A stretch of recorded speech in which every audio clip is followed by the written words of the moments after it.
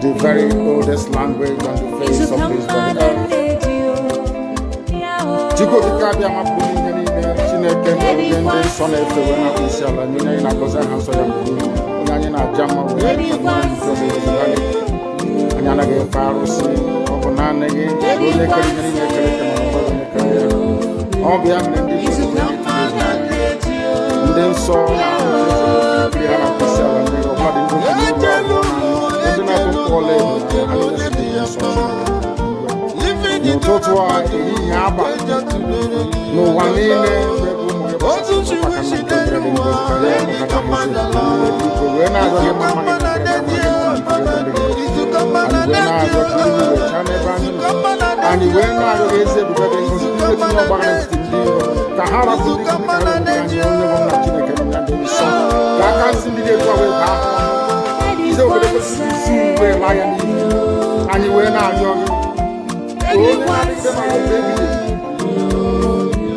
Because you will make a Biafra with your source and no more and we're not going to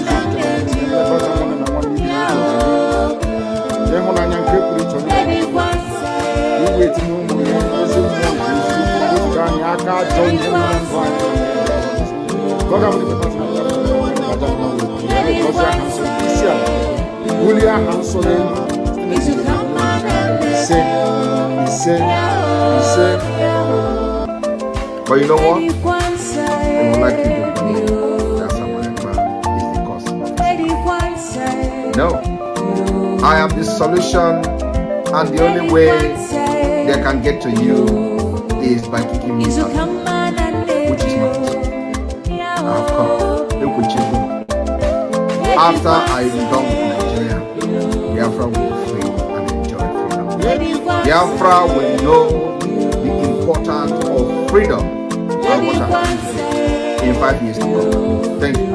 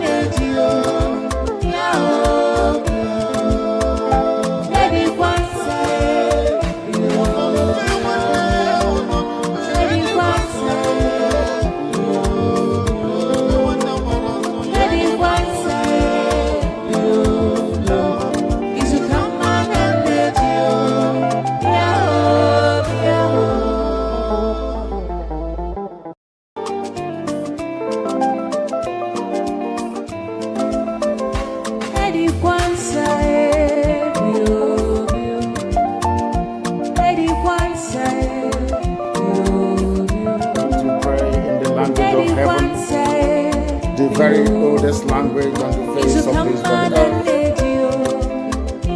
Chiko kikabia mapuni ngeni chineke ngende sona efewe na kusiala nyina ina koza hanso ya mbuni onanye na jama we na njobe zibali anyana ge farusi obona nege ole kali ngeni nekere kama mbona nekere obia mlendi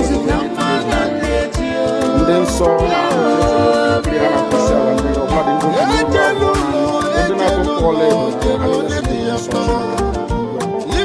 totwa eyi aba no wanene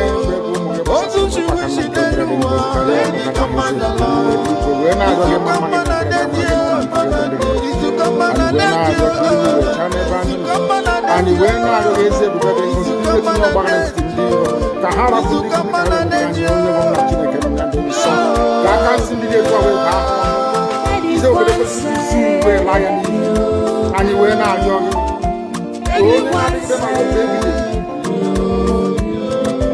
you will make a Biafra with your source and no more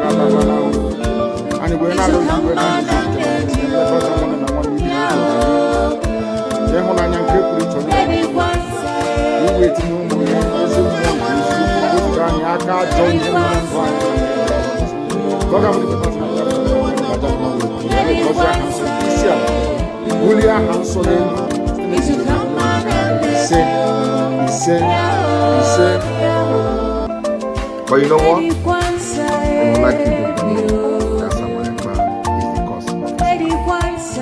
No. I am the solution, and the only way they can get to you is by kicking you out, which is not it. I have come. Look with you. After I am done with Nigeria, Biafra will be free and enjoy freedom. Biafra will know the importance of freedom and what happens in 5 years to come. Thank you.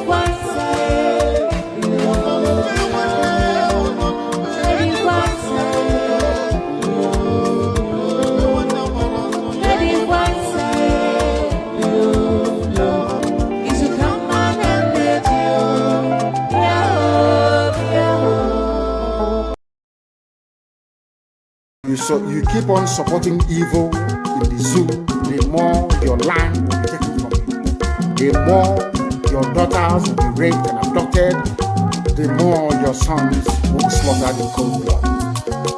And under one Nigeria, there is nothing you can do about it.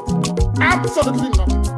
Because one idiot that they groomed will rise up and say to you, oh no, it's one Nigeria, there is crime everywhere. Haven't you heard about Zamfara? Haven't you heard about Katsina? There is crime everywhere.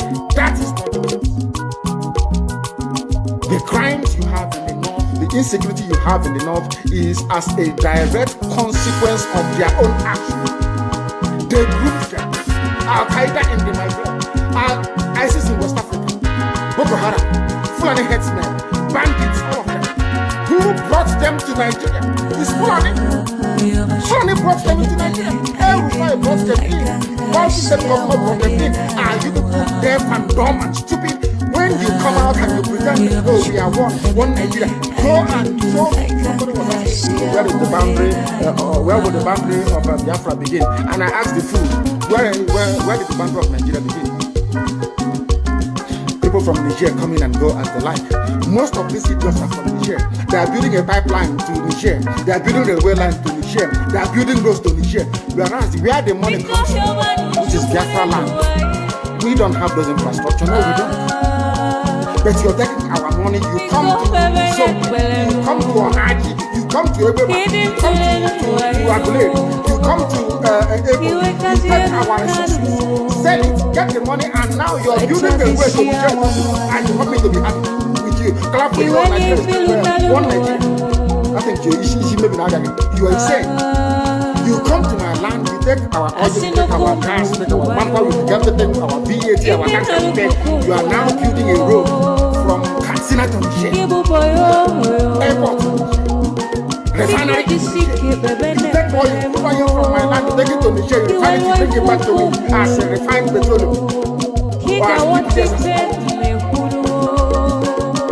And you're telling me that country is viable. You're telling me that Nigeria should be supported. You are in one Nigeria. You are not going anywhere and you're dying every day. Because those that they appointed to speak for you, they gave them money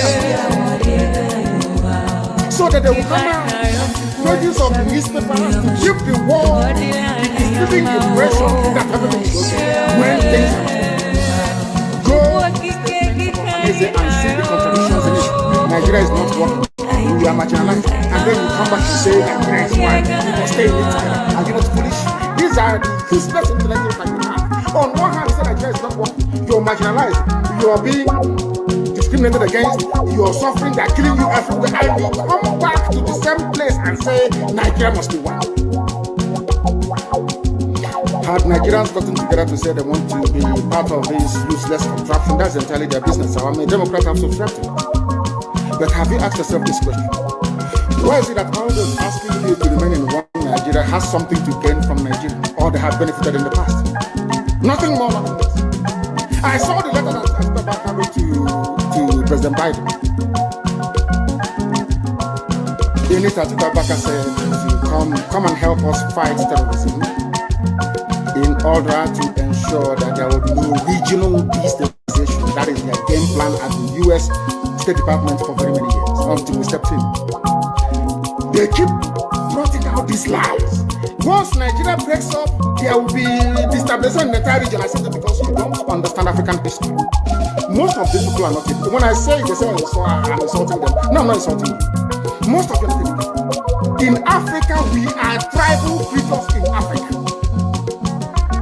In Africa, we are tribal creatures in Africa. We always go back to our village where we are born, where our umbilical cord, our long, where it was buried. That's where we come from. That is why every Christmas, Easter, New Year festival, or August meeting, you see us migrating back to where we come from. And I keep saying these things to Africans, they don't understand it. They don't understand it. Everywhere in Africa during Christmas, if you like, be in South Africa, if you like, let it be in Kenya, you let it be in Rwanda, everybody from the capital goes to the village. If you go to Accra, the same thing happens. This past Christmas, if you like, go to Cotonou.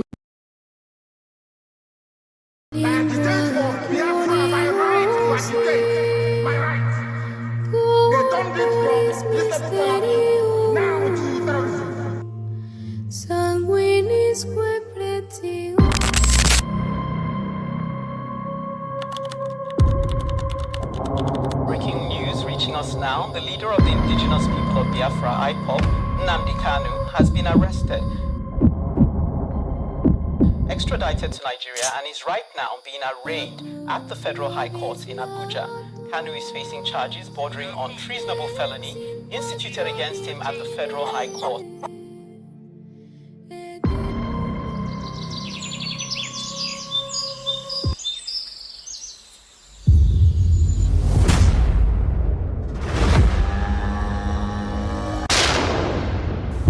It was an unjust war.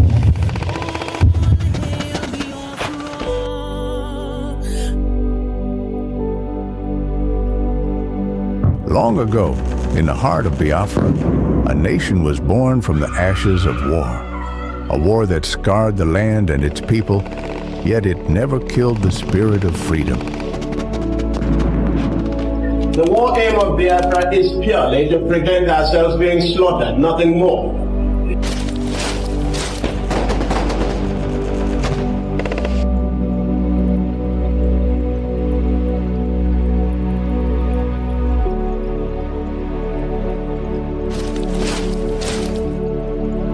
It was in this land, scarred by conflict, that Nnamdi Kanu was born, a son destined to revive the dream of independence for Biafra. And if anybody is going to judge our success and failure in this war, it will have to depend on how much we have prevented the enemy from killing us.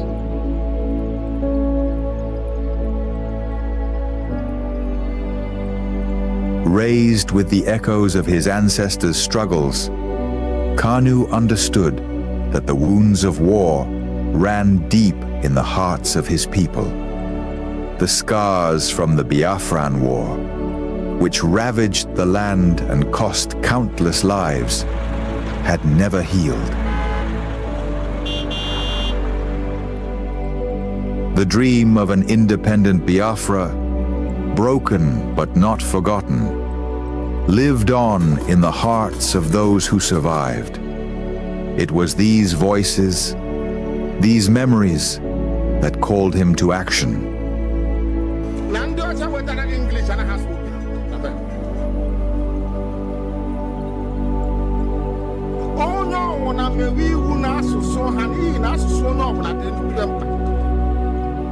As Nnamdi Kanu grew, so did his voice.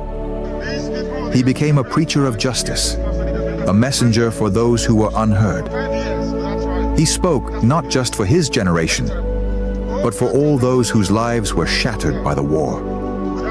The pain of the past was alive within him, and his words resonated with the cries of the oppressed.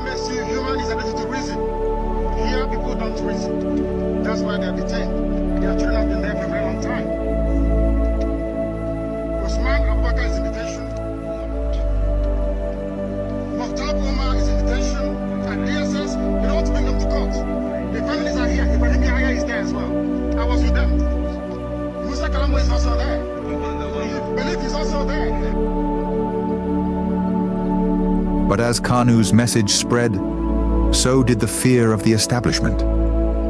His calls for self-determination grew louder, shaking the very foundations of the government. They feared the revival of a Biafran spirit, one that could awaken the wounds of the past and ignite a new conflict. And so, they moved against him.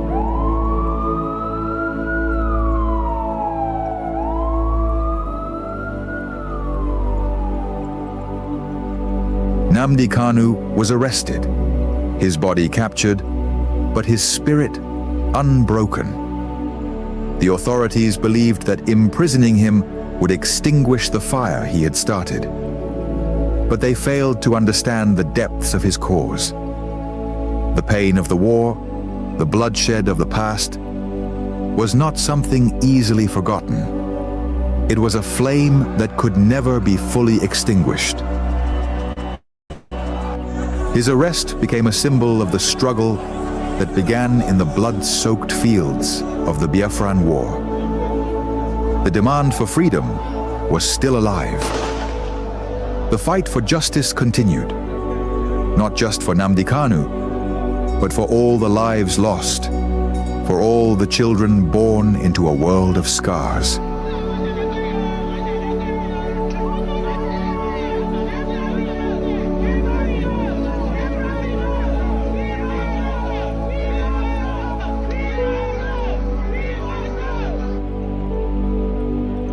The fight for Biafra is not just his fight. It is the fight of all those who have ever dreamed of a free land. And though the past may haunt the present, the future is still unwritten. As long as the story of Nnamdi Kanu is told, as long as the voices of his people rise, the dream of Biafra lives on.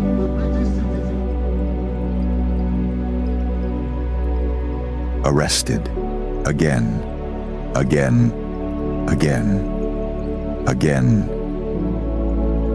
again, again, again, and yet again.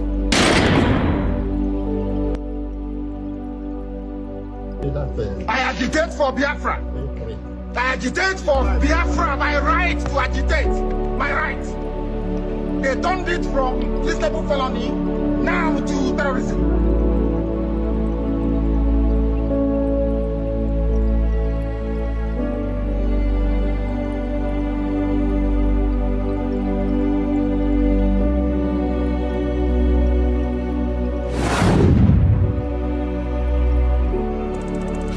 This is Nnamdi Kanu speaking. Biafra land, listen. They thought they could silence me, but they didn't just cage me. They caged your spirit. They made you forget that our land still bleeds, that our people still suffer, that nothing has changed. 5 years in chains. But what about you? Are you not free? Or have they bound your voice with fear? The struggle was never about me, it was about you, your children, your land, your future. So I ask you, Where is the fire that once burned in your heart? Where is the voice that once roared for freedom? Wake up! Rise again. Speak. Act. Remember who you are. This is Nnamdi Kanu.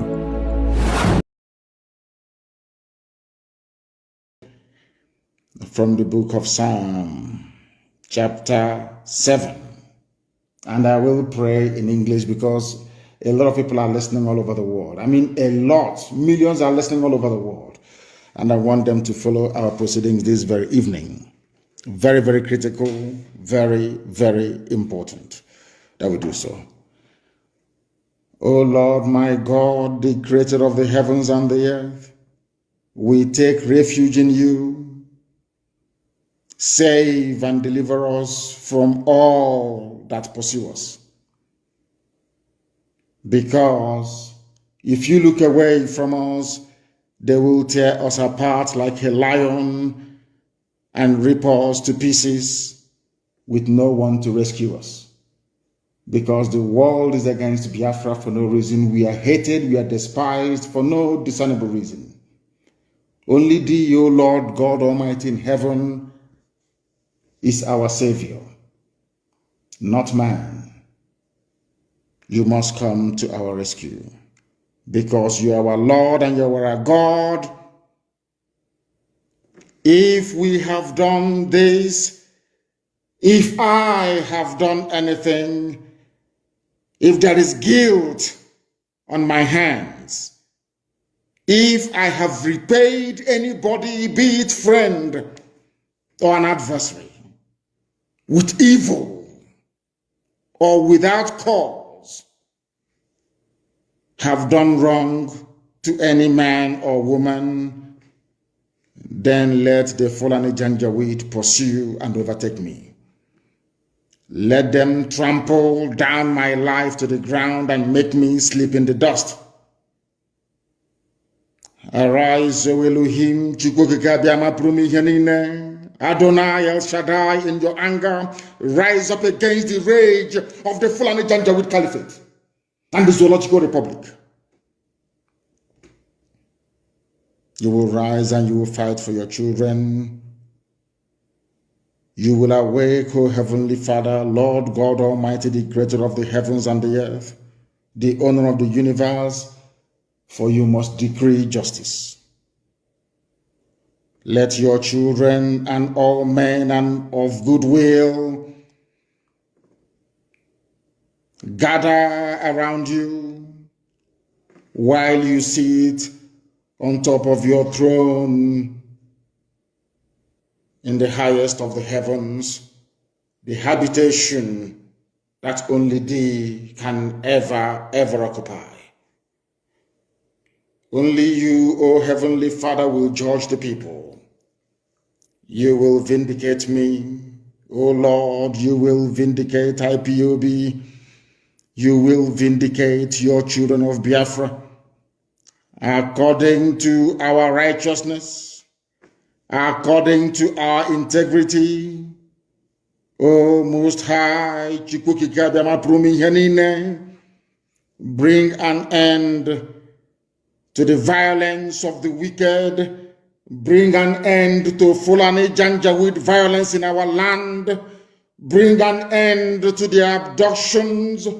Bring an end to their kidnappings.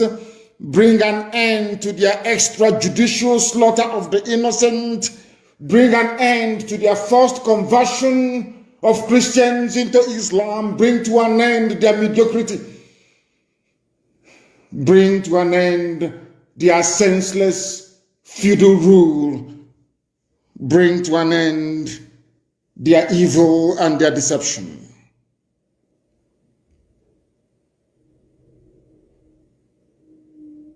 Come and secure the righteous, because only you, O God Almighty in heaven, can see in the dark. Only you know the hearts of men. You are our shield. We have nobody. Between 67 and 1970, the whole world ganged up and fought against your children. We did not steal anything from anybody.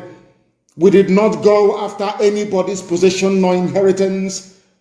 We were on our own in the land that you gave to our ancestors.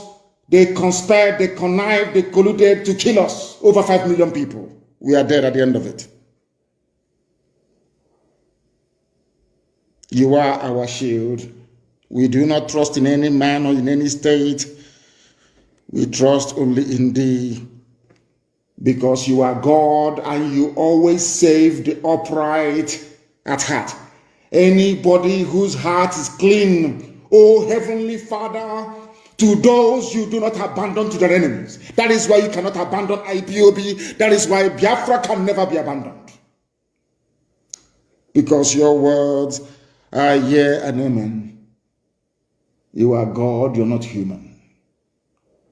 Facebook may have been bought over by Nigeria, and we pray that Twitter will not succumb to their threats and their violence. You are God and you are an upright and a just judge. But you are also a God that displays his wrath every blessed day.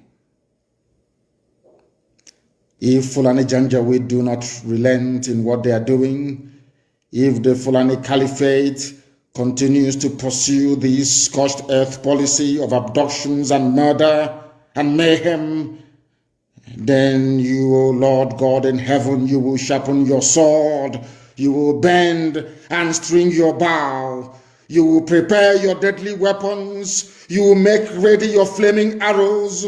Whoever is pregnant with evil conceives trouble and gives birth to disillusionment. That is what is happening in the zoo called Nigeria. Nigeria is pregnant with evil because it conceived trouble and it has now given birth to disillusionment. All the holes that the Fulani Janjaweed are digging for us into that pit, they are falling into one after the other. The trouble that they have caused will always rebound on them. Their violence will come down on their own heads. O Heavenly Father, for we shall give thee thanks always, all the days of our lives, because only thee is righteous. We shall sing songs of praise unto your holy name, O Most High. For as long as there is a child on this earth of Biafran descent and heritage, O Heavenly Father, we shall worship your name and your name alone, now and forevermore, we pray. He said, that was our prayer this evening. We are now going to proceed without further hesitation to bring to you the gospel which I have been mandated by heaven to preach to the children of men. At all cost. At all cost. It is the land of God, given to his children for their eternal habitation. We may have failed in the past to recognize this very fact, but now that this generation has come, there is nothing anybody can do to stop us from restoring the kingdom of God upon the face of this very earth in the land of Biafra, without apologies to anybody.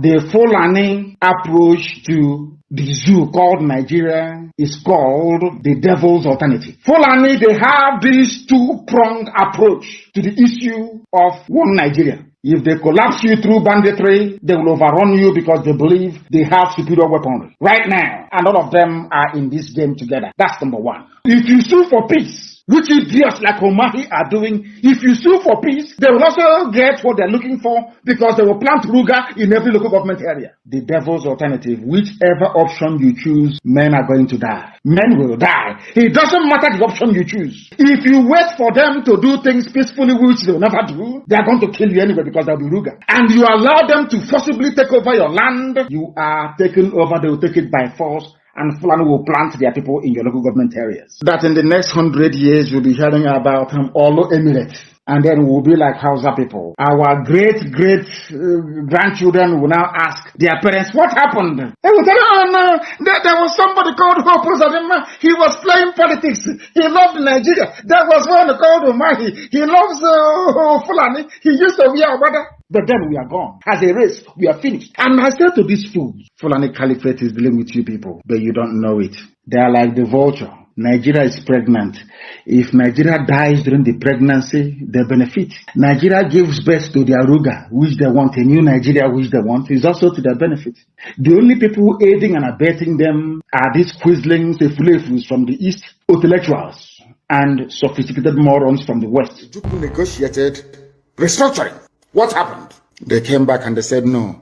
Ojukwu said, okay, so you want to continue to kill my people all over the place? No. Because of that, I'll declare Biafra. Today, they have brainwashed all of you with the perverse notion and thinking that somehow Ojukwu is responsible for causing a war, when opposite is the case. That Gowon was the aggressor, not Ojukwu. That's how Nigeria is. Always blaming the victim. And we lost over 5 million people during that very genocidal war. They killed over 5 million Biafrans. They wanted to wipe us away from the face of this very earth. But we survived it. And we are here today. Those they gave birth to, they have come. And this time with a wrath that you cannot even begin to imagine. And what we are pursuing is a part of pressure, relentless pressure, to ensure that Biafra comes. How are we going to employ that pressure? There are only two ways to get your freedom in the history of the whole world. Freedom can be gotten only two ways. One is through the ballot box. In other words, people will contest and they will have Biafra Nationalist Party. Yes, as they have in Scotland. And then we vote for them. When they then go to the house or maybe go to Abuja, they will say, we are here under the mandate of Biafra Nationalist Party. Because of that, we want to go and conduct a referendum in order for us to be free. The other way, you fight. Either you go through the ballot box or you fight. Which option are we choosing? We have chosen to fight.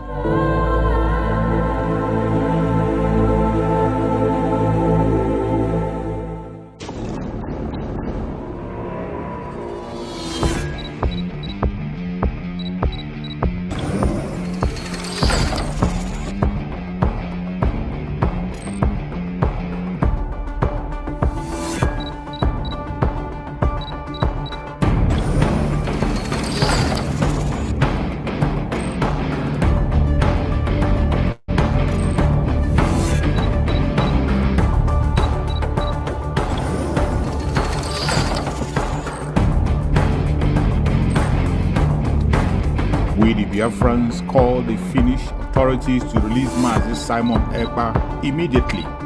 Our Prime Minister, Mazi Simon Ekpa Joko, has not committed any offense. Therefore, we demand for his immediate release. Free Mazi Simon Ekpa and free him now. No hand must stop Mazi Simon Ekpa from exercising his duty as a free man. Free Mazi Simon Ekpa. For those of you who do not understand what we are doing, we are fighting for our freedom. And I believe that everyone in this life and in this world, wherever where you are, the country where you reside in, have a history. Now, I want every one of us here today and those who will listen to this particular speech to note one very important fact. Nigeria state came into being through conquest. This is a fact that nobody can change. Nigeria came into existence through conquest. And the forceful imposition of foreign rule, which denied the indigenous people in Niger area the opportunity to negotiate and choose what they wanted. That is the problem. We have lived with this foreign rule and this forceful union for decades, over 100 years. That is the problem. Now, I want everyone listening to me today to also understand that after this forceful union of Nigeria, called the amalgamation, successive regime, both before and after the shambolic independence, continue to hold the state together in a similarly forceful manner, the same pattern and the methodology that the conquest and invasion and the colonizers came in with. They're taught by the forceful and the barrels of the gun, they will continue to kill people for the unity of Nigeria. That also is the problem today. So, this impression that they are creating, that the country must remain as crafted from the amalgamation by the colonialists, and that this country called Nigeria unity is non-negotiable. That is also the problem. We have lived from centuries to century, and today we are in the era of 21st century. We are now in a global village where the things of the past and the things of the old are changing to become new. And they don't want to change Nigeria with the dangerous diversity that have now emanated from different angles and the different injustices and corruption, and now Nigeria has found itself to become an Islamic state. That is the problem. The bondage in the zoo will be set free. I said everybody in bondage in the zoo will be set free. I don't hate anybody. I don't despise anybody. If I mention your ethnicity or your tribe, if I am a bit hard on them, know that I am specifically referring to those of them that they call their leaders, those who have led us this very blind alley, this very blind path, those of them that will continue to deceive, those that will continue to lie, those that will continue to prevaricate, those that cannot deliver any measurable or tangible developmental indices at all, in any way, shape, or form. We have come that the blind may see, not in the way they do it within Pentecostalism, but we have come to impart knowledge and reason. We start this very evening by looking at the very laughable,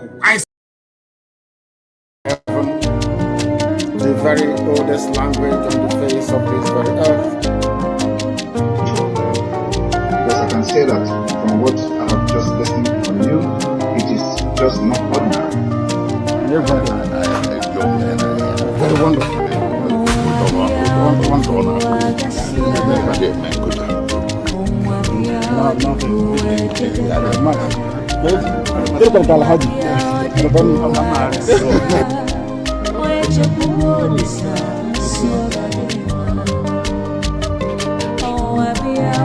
When my lawyers came to see me, I had a discussion with them about how I'm going to defend myself.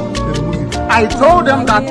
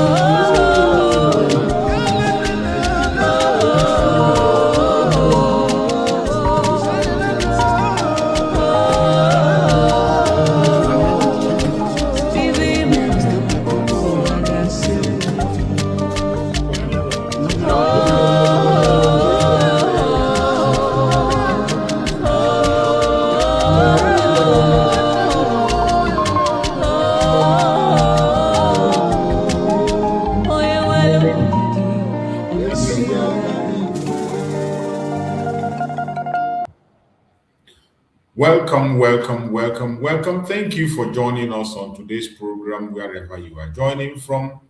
I appreciate everyone that has connected to this program today, being Monday. And thank you wherever you are joining from. If you are joining from Biafra land, if you are joining from Asia, Europe, America, Australia, Canada, you are joining from New Zealand, you are joining from Africa, you are joining from Biafra land. Whichever part of the world you are joining us on this program, I welcome you and I appreciate every one of you. As many as have connected, you are all special guests in this very program. I welcome every one of you that have been able to connect one after the other. I can see my beloved sister, Messi Akere. I thank you so much for joining, Messi. Thank you so much for joining. My beloved sister, Linda TV Show. Thank you so much for joining, my beloved sister, Linda. Frank Okoye, thank you so much for joining, Frank Okoye. I appreciate you, Frank, for being there. Smart Prince, thank you so much for joining, Smart Prince. And every other person that is out there, whether you are commenting or not, whether you are watching us on TikTok or watching on Facebook or you're watching us on YouTube, I appreciate you. I welcome you. I can see my beloved sister, my beloved brother, Kochuk also. You're welcome, my brother, Kochuk. So I appreciate everyone that has connected. Wherever you are connecting from, I say, may Chukwu Okike continue to guide and protect every single one of us. The battle has not been easy. It has not been easy. It has been a very, very tough battle. But as long as Chukwu Okike have kept us alive to this day, we have every cause to thank him. I appreciate you all. I thank you all for being with me, and this morning being Monday. Remember, Monday has remained a special day in our journey to freedom. Monday has remained a day that the Biafrans have selected by themselves without being forced. Individually, people have come together and agreed, Biafrans have agreed that Monday will be kept sacred. And that Monday has been kept sacred for more than 4 years and still counting. Biafrans have been sitting at home every Monday. The civil disobedience of the Biafrans has continued every Monday against all odds, against all the attack, against all the propaganda, against all the blackmail, against all that the enemies are planning right, left, and center. The Biafran people have continued to remain at home every Monday. So today being Monday is also a special day. A special day. And what we do here is every Monday, we come out to encourage Biafrans, and also we report what is happening in Biafra land. So today being Monday, a day that we come together to tell the world that we are not happy with the continued detention of Mazen Nandekano, the illegal detention of Mazen Nandekano, the illegal conviction of Mazen Nandekano, and the transfer to Sokoto. It's a day we come to condemn the unlawful detention of our Prime Minister, Mazi Simon Ekpa, by Finnish authorities and the sentencing. Today is a day that we come out to reject that, and we do it wholeheartedly and we reject it completely. So wherever you are watching this program today, I urge you in the name of Chukwu Okike to please like and share and invite someone to also join us. This program is for the success of Biafra. This program is not targeted at anybody. For those who are joining us for the very first time, or those who are going to come across our video for the very first time, I want you to remember that in this platform, we do not come here to instigate violence. We do not come here to preach hate. We don't come here to attack people or individuals. What we do here is to present the case of Biafra before the whole world and let the world know what is going on in the Biafran territory. We also come here to present Biafra as the only remedy to the failed state Nigeria. Biafra remains the only remedy. It does not matter what the enemies are saying. It doesn't matter what they think about you, what they think about me. Their propaganda and their blackmail doesn't really matter. We will continue to speak and speak at every given opportunity that we have. So today is a special day, as we always know. Sit at home. That is not being forced, not organized or controlled by anybody. Biafrans collectively agreed that today they will continue to sit at home. There have been so many announcements coming from different angles. Even direction coming from Mazen Nandekano. But Biafrans have said that they dedicate this day to demand for that which is right. And nobody will take it away from them. Nobody can convince them against sitting at home to do except the release of our Supreme Mazen Nandekano. He's the only person that can have a convincing word by himself, not sending somebody else. It is only when Mazen Nandekano is out from his father's house in Afaribeku and make that announcement, we hear him say it with his own mouth. Only then and then we will begin to consider after asking necessary questions. The sit at home is something that the Biafrans chose. Our Prime Minister, Mazi Simon Ekpa, was accused of instigating the sit at home, even though they know that he wasn't the one that started it. The Monday sit at home was not started by Mazi Simon Ekpa. But every time they have accused Mazi Simon Ekpa of being the one promoting the Monday sit at home. But our Prime Minister have been away for almost 2 years. And yet, up to this moment, Biafrans are sitting at home. The government have used different kinds of propaganda, different kinds of blackmail, different kinds of attack. There is nothing they have not done, using force against traders to come out, but yet people continue to sit at home. Messages have come from everywhere, even from the Liberation Army, hands off. But instead of the government to ask the necessary question and maintain peace, the government creates more violence. You know, each time when we come and say the violence in Biafra land is being implemented and caused by the government, people do not believe it. This sit at home is a proof to show that it is the government that is causing the insecurity in Biafra land. The insecurity in Biafra land has nothing to do with Biafra people. The Biafran agitators are people who are legitimately asking for self-determination. From the onset, the Biafran request started with a flag. There has never been any violent flag, protests, prayer meetings. That's all. But each time this was done, the government unleashed mayhem on Biafrans. Thousands of Biafrans lost their life until the Biafran people saw that the only alternative to save life is to secure themselves. And the Biafran people begin to implement self-defense measure.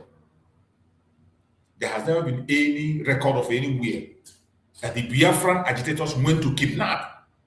There is no record anywhere that the Liberation of the Army of Biafra went and kidnapped or ransacked village and sent people away or pushed people to camp. It has never happened. The only thing we see are false flag operations created by Nigerian government in order to tarnish the image of the Biafrans. They have done it again and again. Not only the Biafrans, even against people who are fighting for Nigeria itself. Some people who feel that they can make that Nigeria better, they came against them on NSAS. They opened fire and many lost their life. And bad governance, they opened fire, many lost their life. They came against members of shared group, El Zazaki, who were asking for their legitimate right without any weapon. They came against them and thousands were murdered in cold blood. There have been several occasions where the government unleashed mayhem. In the case of Biafra issue, they have always created chaos. Whenever the Biafrans are sitting at home, the same government will sponsor false flag And people will go begin to burn houses, take innocent life in order to paint the sit-at-home bad. They have done it over and over and over again. It is not a black, we are not just saying it. There are evidence showing that it is Nigerian government that have been conducting false flag in Biafra land. On so many occasions, they have been captured on camera. In so many occasions, they have been seen. Even on the national TV, there was a case where a policeman was enforcing sit-at-home. There are so many examples. These things are not hidden. Biafrans on their own were legitimately pursuing what they feel it is right. Mazi Simon never didn't force anybody to sit at home. And that has been proven for more than 1 year, a year, going to 2 years now. Biafrans has continued to sit at home, even with all the force and strategy that the governments have used against them. Mazi Nandekano himself sending a message, but the Biafrans see it that it is only they themselves that can save their leader, Mazi Nandekano. He cannot save himself. He is in the territory of enemies. The sit-at-home have shown the world that Nigeria has lost legitimacy in Biafran territory. It is a clear word to Nigerian government, a clear message to the world to tell them that Nigeria has lost legitimacy in Biafran territory. It is a clear message to the world that the Biafrans have left and there is no coming back. Every Monday, Biafra land is deserted. Every Monday, you look to Biafra land, you will see open street, a deserted street. That is what you see in Biafra land. You will see markets closed, schools closed, shops and companies closed. Nobody is forcing anybody. Biafrans know that that is the right thing to do. That is the only way their voice can be heard. The Biafran people have no representation, not in their government, not anywhere, not in the Senate, not in the House of Assembly, not in the presidency. Biafrans have no representation. So the people chose to represent themselves with their silence. And every Monday, they continue to sit at home. No matter the amount of propaganda the enemies push against the sit-at-home, the people are sitting. The people are sitting unstopped. And wherever you are watching me from, I urge you to continue to do your part. More especially those who are watching from Biafra land. Don't ever give up. No matter what the enemies are doing, no matter their propaganda, their blackmail, no matter their attack, wherever they come from, do not give up. Stand your ground, and I bet you, at the end of the day, you will be glad you did. Today, we are here to give support to everybody that is airing their opinion. As I told you, you are entitled to your opinion. It's a free world. Even if you do not agree with us, we don't have to hate you for that. You might have your own reason. But if you feel you have a critical reason, you have a superior argument, feel free to join us. And when the time comes, we will allow you to make your point. We will allow you to speak. And the Biafran people will hear you and hear you clear. No matter where you are connecting us from, whether you are watching us on YouTube or you're watching us on Facebook or you're watching us on TikTok, wherever you are watching, you are welcome on this special day, a day that will air our opinion and tell the world what is in our mind. So before I go on my opening speech today, I can see somebody is joining us from TikTok. Let's hear him before I go on my opening speech. Go ahead and speak to us from TikTok, Eastern. Go ahead and talk to us. Let's hear you. We're hearing you. Go ahead. Good morning, my brother. How do you, my brother?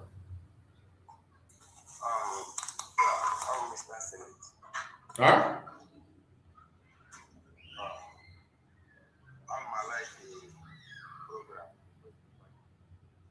Thank you, my brother.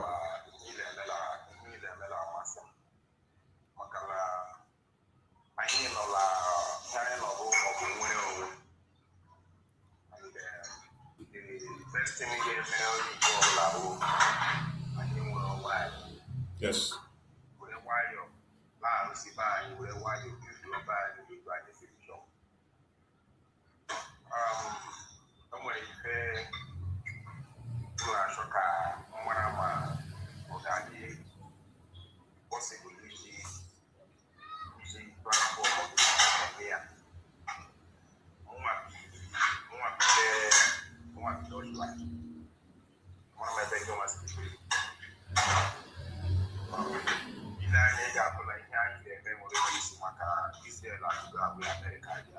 Yes.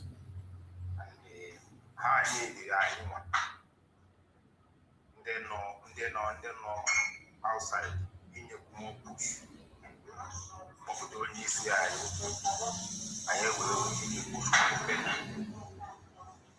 So I let Shemoya come on.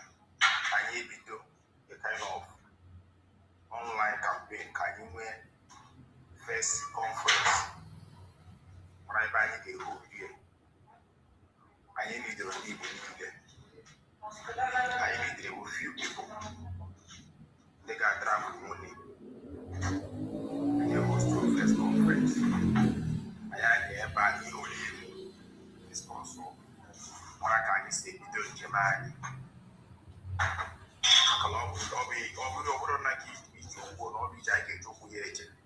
Yeah.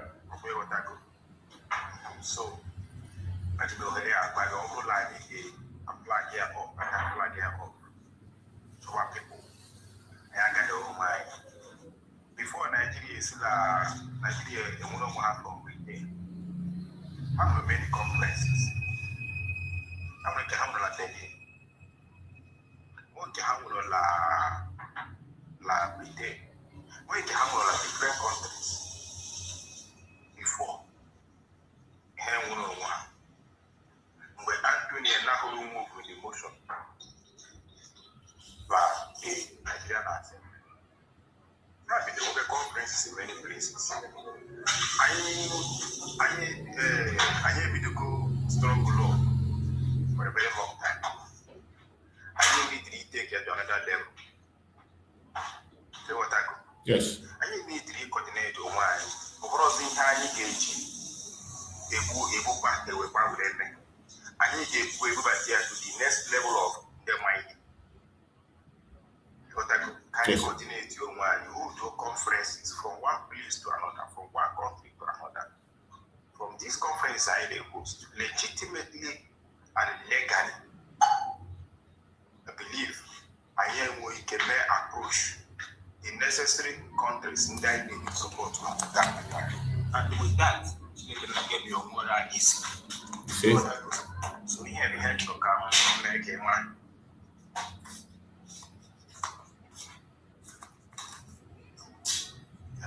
It's okay, my brother. Thank you so much. That's a very good, very wonderful idea. I like that. Because send them a private message. Send them a message so later I can be able to relate to you. Send me a message on DM just send me a message so that I can relate with you. We can talk about that. That is what we are saying. Ideas like that it's a very good thing. It is not just talking online. If we can be hosting conferences like that, that's a very wonderful idea. So please send me a private message. Send me a private message on DM so that I can be able to get in touch with you and we can talk more. It is very, very good. That kind of conference is what is needed. It is needed. You see, that is the important of all this. When I talk about the issue of Biafra, this is something that concerns every one of us. It is not about an individual. Any idea you know that can work, bring it up. This is a very wonderful idea. Hosting conference everywhere. It is about Biafra. Conference is about Biafra. In any country where you are, in any state where you are, you organize yourself. It's a very wonderful thing. Please, my brother, send me a message. Send me a message. I would like to get in touch with you so that we can talk more. We can talk more. I appreciate you for that very wonderful, wonderful contribution you just made. So, my fellow Biafrans, as I was saying, remember, today is the day that the Biafran people chose. Just as we have said right from there, nobody has the right to enforce anything on sit at home. Nobody enforces it. Nobody have enforced it. All the way from Mazi Simon Ekpa, nobody enforces it. Even Mazi Nandekan himself have given instruction, which we never doubt. But we know our own responsibility. Being Mazi Nandekan in the territory, even for the fact that Mazi Nandekan is in Sokoto, we cannot be happy about that. And he himself can never be happy about the situation where he is. And it is our responsibility to take charge and to increase the pressure on the government. Government can only release their stronghold on us through pressure. It is not by begging, not by crying, not by complaining. Pressure. And one of the major ways we have been able to give them a lot of pressure is on this civil disobedience. So I appreciate everyone that is participating and continue to participate. I say, may Chukwu Okike continue to guide and protect every one of you. So on today's message on a sit-at-home message that I have, it says, Monday sit at home, the silent resistance the world can no longer ignore. The silence resistance the world can no longer ignore. Monday sit at home. That is what we are discussing today. My Biafran people at home and in diaspora, lovers of justice across the world, I say good morning to every one of you wherever you are watching us from. Good evening, good night, according to your time zone, wherever you're watching. I know that Biafrans are scattered all over the world.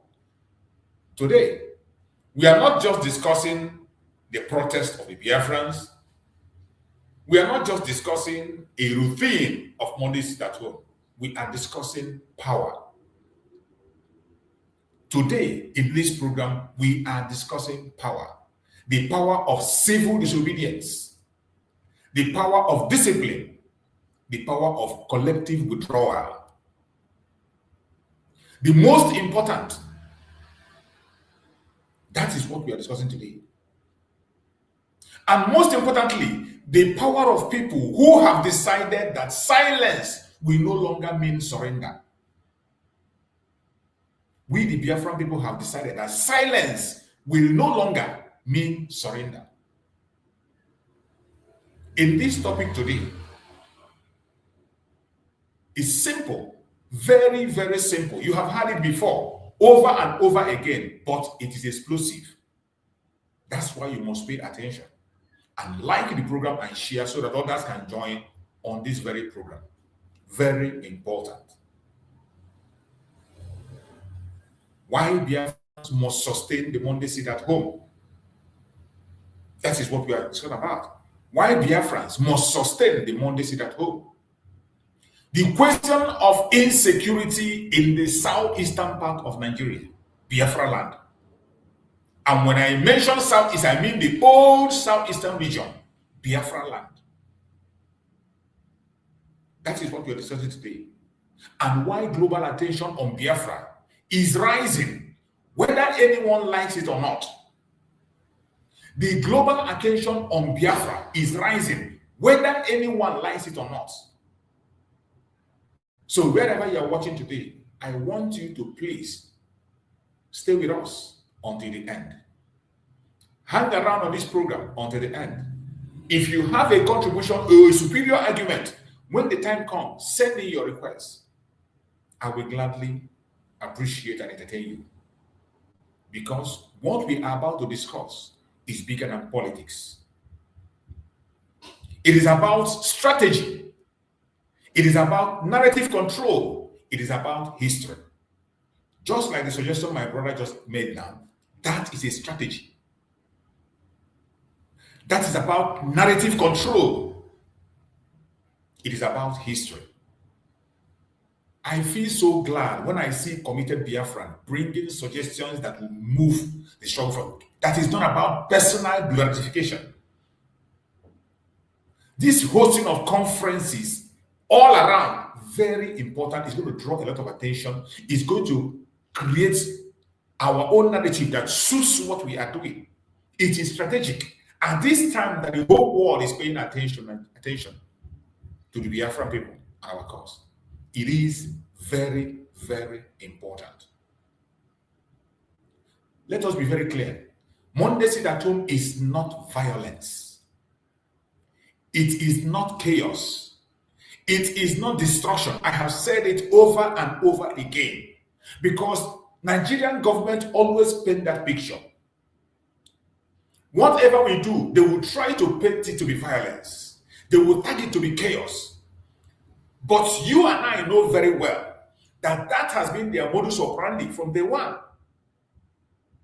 Even when you try to do something to benefit them in that their so-called Nigeria, NSAS was made violence by Nigerian government themselves. And NSAS that was meant to put control in their country, to end the criminality of the SARS, to have a good governance, to have a good country. NSAS was meant for them, not for Biafra, not for the separation, not for division. But Nigerian government made it violent. Before you and I, we saw it happen. The same thing is what they are doing to Monday Sitato today. They have used the governors, they have used the stakeholders, they have used some employed agents in different. There have been so many false flags just to paint the Monday Sitato violence. It is not, has never been violence. The Monday Sitato that the Biafran people are holding on to is not violence. It is not chaos. It is not destruction. It is not meant to destroy any property or life. It is simple, a civil disobedience. That is what it is. A democratic way of expressing one's view when you are dealing with a tyrannic government where you cannot express yourself. The only alternative you have to save life and still make your opinion known is civil disobedience. Civil disobedience is when a people withdraw participation from a system they believe no longer protect them. That is what we are seeing every Monday from Biafran people. The Biafran people withdraw participation from a system that does not no longer favor them or protect them in any way. They withdraw themselves. That is what you see every Monday.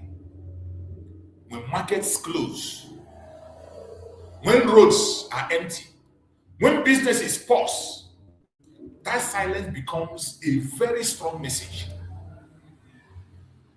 Empty street speaks. Closed shop speak. Stillness speaks. And what does it say?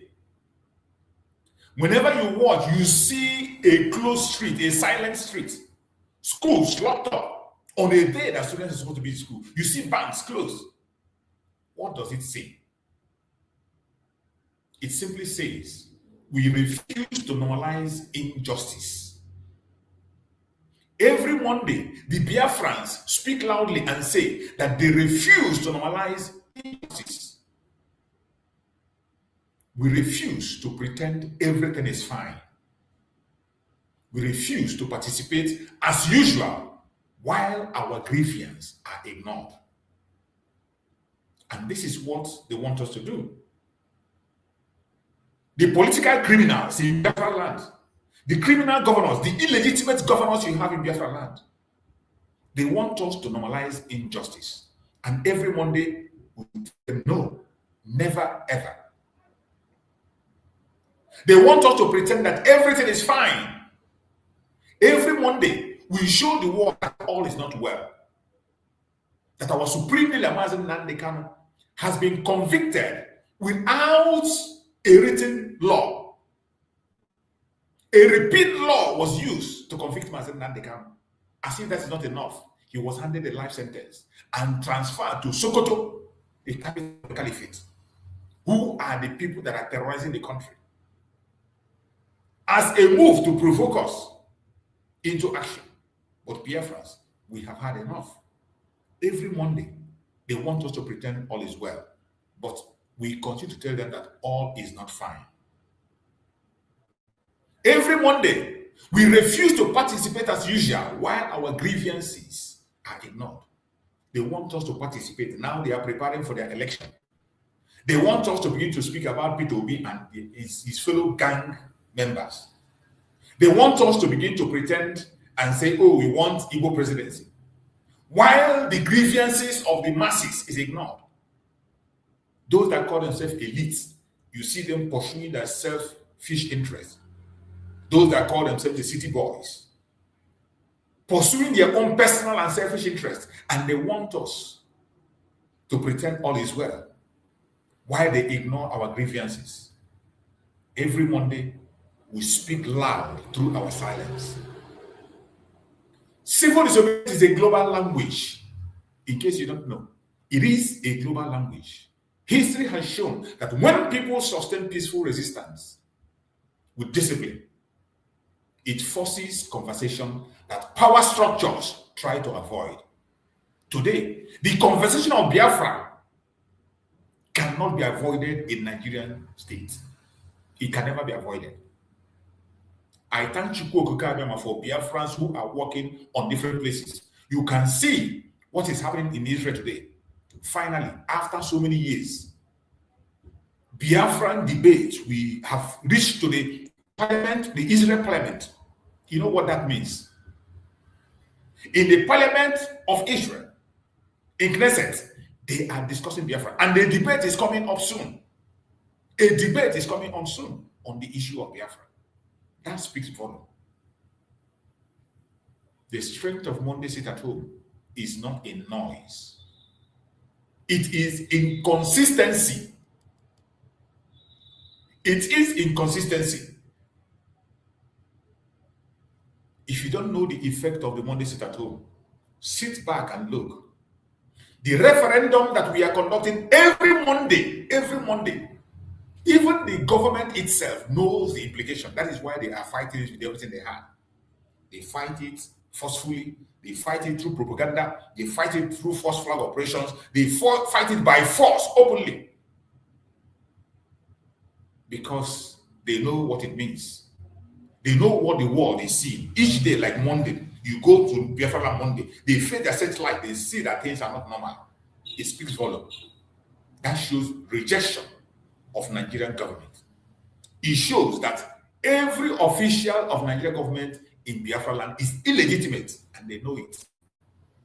That is why they are fighting it.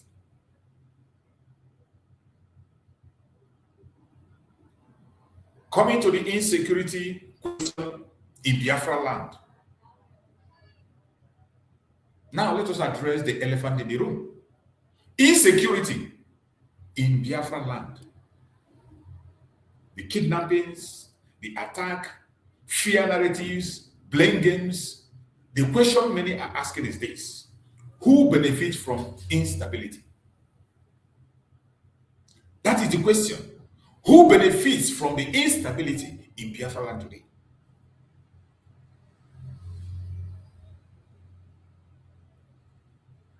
You have seen Biafra land being very calm, without any disturbance. It was very calm. People went home December, they celebrated against all the narrative and propaganda. People went home, they celebrated, came back. There was no casualty of any sort. Everybody was on their own. People were busy doing what they had to do. The Liberation Army has never, they ignored everything, including the terrorists in uniform. They were moving.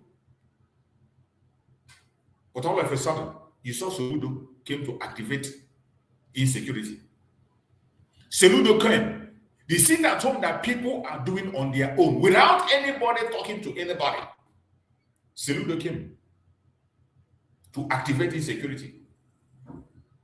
As if that is not enough, they went and began to send their military against the Liberation Army in the forest, where they are protecting our land against the invaders. Everybody that is living on this planet Earth and knows Nigerian story knows that the government does not protect its territory. Northern states have been taken over completely by the terrorists. As we speak, every single day, there is always an attack. Before the end of this program, I will still go in their news and you will see the number of attacks that happened this weekend. You see the number of lives that was lost this weekend.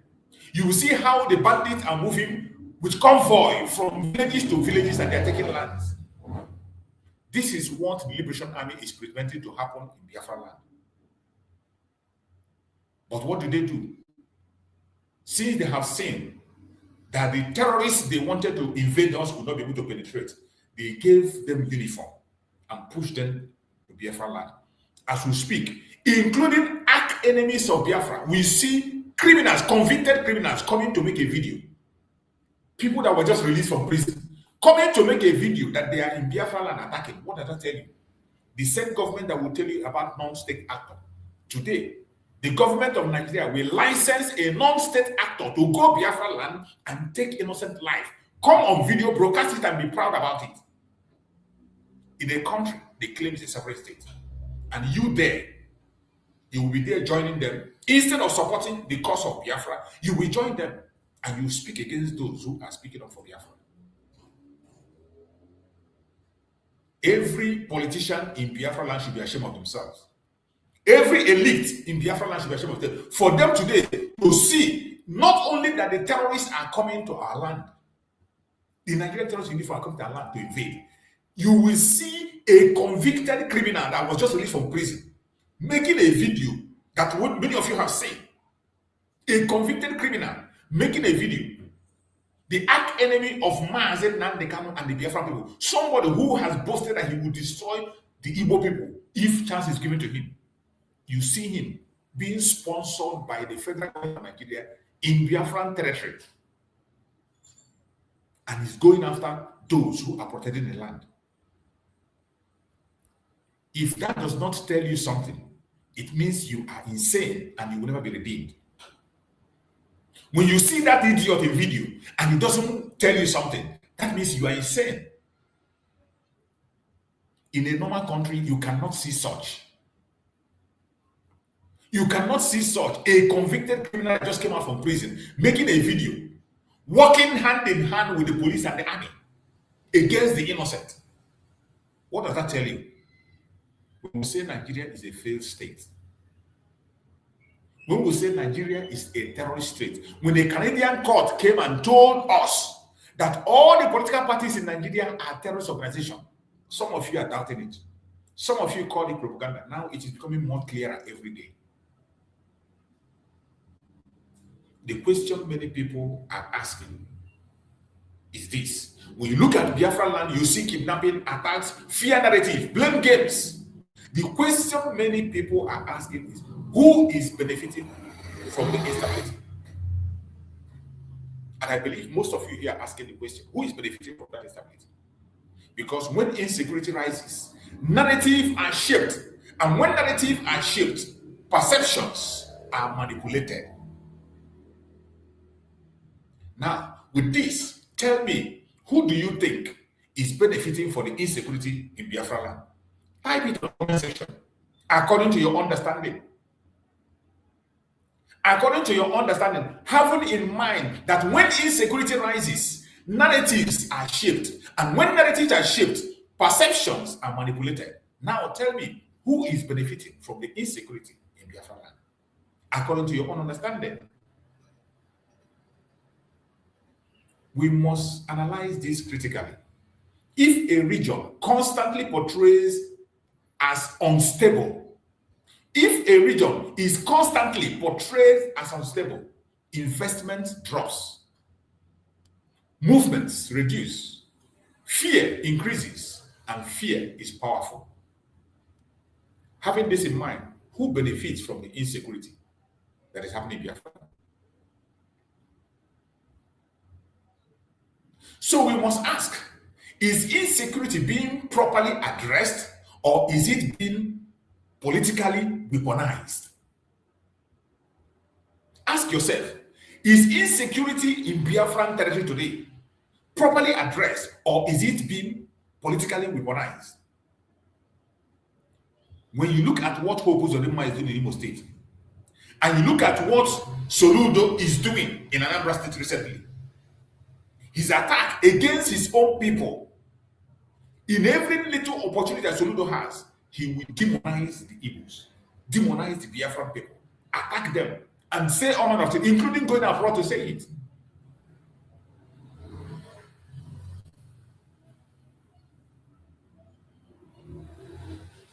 These are questions that deserve transparency.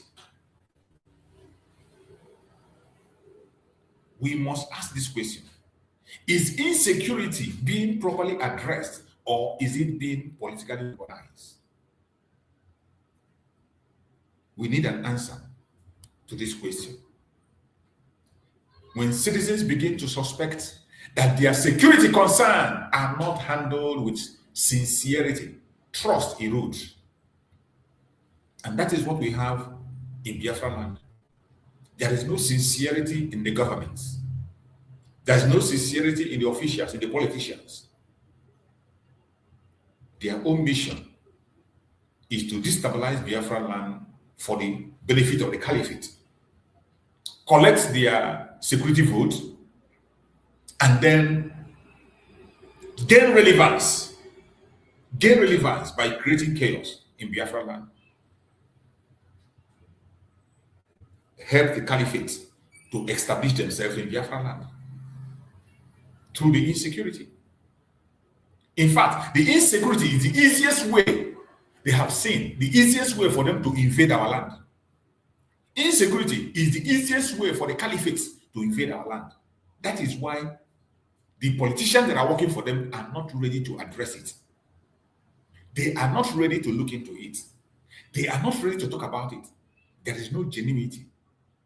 Each time you see them talk about insecurity, they fuel it, they organize it. They are the one that have the foot soldiers that are causing insecurity. The action of Soludo lately should tell you, speak louder. The 17 with Opus Oduma, what is doing in Imo State as we speak? What is going on in Osu today? Look at what is happening in Osu as we speak. The same government that do not have enough military, enough arms to fight Boko Haram, to fight the bandits, they are in Osu today with all manner of weapons and ammunition, attacking innocent Biafrans who are asking for a legitimate right. Everybody know what the Liberation Army stands for. They are asking for the unconditional release of Mazen Nandikan, asking for self-determination of the Biafran people. A legitimate request that can be addressed. What are Boko Haram and the bandits looking for in the north? Boko Haram and bandits in the north, they buy every citizen. They buy every citizen, regardless of your religion. And the government is not concerned about that. They have no reason why they are doing it. They are not looking for any resources. They are not looking for anything. They just want to establish something that is not obtainable. Forcing people into their own religion. Some of them it's not even forcing people into their own religion. It is forcing people into their own ideology. Forcing people into their own ideology, not even into their religion, into their own ideology. And the government doesn't see anything wrong in that. As we speak, they have taken territories. They have pushed people to IDP camp. They have renamed villages. They are in charge, but the government cannot organize troops to flush them out. The government cannot show an outrage. These are people that claim that they have sovereignty. They will not show an outrage. But when it has to do with Biafrans that you can discuss with, Biafrans that you can sit on the table and discuss this issue, what we are asking is self-referendum. Mazi Simon Ekpa went ahead to conduct a self-referendum to push them to at least say, if you don't agree with what he has done, conduct your own referendum and let's see. And yet, they never listen. Mazen Nandikan has continued to call for referendum. Let the voice of the people count. They refused. And instead, they continue to approach Mazen Nandikan with devilish offer of different kinds of position, offer of oil well, offer of all manner of things. And Mazen Nandikan said, no, allow my people to make their choice. All I want is freedom for all. Even as at recent, he was still approached again. After they have tried to break him down, handed him life sentence, took him to Sokoto, they thought they would break him down. They gave him the same offer. Oil wells, billions of dollars. Step aside. And he said, no, I don't want all that. That is not why I came to the earth. I come to the earth that people shall be free. Allow the people to decide their fate. But they will never listen to that. Instead, they go to the bandits, whose only mission is to destroy innocent lives. They go to them to negotiate. They go to them to discuss. Terrorists, whose only mission is to take innocent life except you begin to buy into their destructive ideology. They go and discuss with them. They go ahead to help the terrorists to change their name. They paint them bandit. They will begin to help them to analyze, just make them look acceptable to the world. But when it comes to the issue of Biafran people that have legitimate requests, they make us look violence. They make our movement look chaotic. Look at the Monday sit at home. They have argued over and over that it was being enforced by Mazi Simon. That was one of their major campaign against Mazi Simon. The propaganda against Mazi Simon was Monday sit at home. They will tell you how many billions they are losing every Monday. And I bet you, these idiots that are talking, how many of them is concerned about the money that's been lost? The people who are losing the money are the Biafran people. It is their money. And they know that no amount is too much to pay for their freedom. They know that no amount is too much to pay their freedom. But what do you see? In another angle, what we see is continuous attack against the people. Sometimes when they speak, you think they care about it. They do not care about you. They don't care about you. When trust erodes, civil resistance grows, and that is what we are seeing in Biafra land. We will continue to resist this criminal government in Nigeria. We will continue to resist the terrorist government of Nigeria and all the officials of the government that they produce. Biafrans will continue to, on their own, engage in civil disobedience, peaceful civil disobedience. It is legitimate. It is their right to do. It is not the first time it's been done. And we will continue until we achieve our aim. The world is watching more than ever before. Wherever you are and you're watching this program, I want you to know that the world is watching more than ever before. That is more reason why every one of us, wherever you are, you must never stop. If you have not been talking, this is the time to join us and make this noise. If you have not been contributing, this is the time to contribute. Don't wait for anybody to come and meet you. Don't wait for anybody to come and beg you. If you have not been playing a role in the quest for Biafra, this is the time for you to come out openly. Stop hiding. Stop hiding. At this time that the international community is watching, the entire world is paying attention to what is going on. The world is watching more than ever. Information travels instantly. Videos circulate globally. Diaspora community amplifying narratives. International observers are paying attention. Don't you ever forget that. International observers are paying attention to allegations of persecution, claims of human rights violation, prolonged detention and political tension, regional instability narratives. Global awareness grows when movement remain disciplined, and we must remain disciplined as we have done for so many years.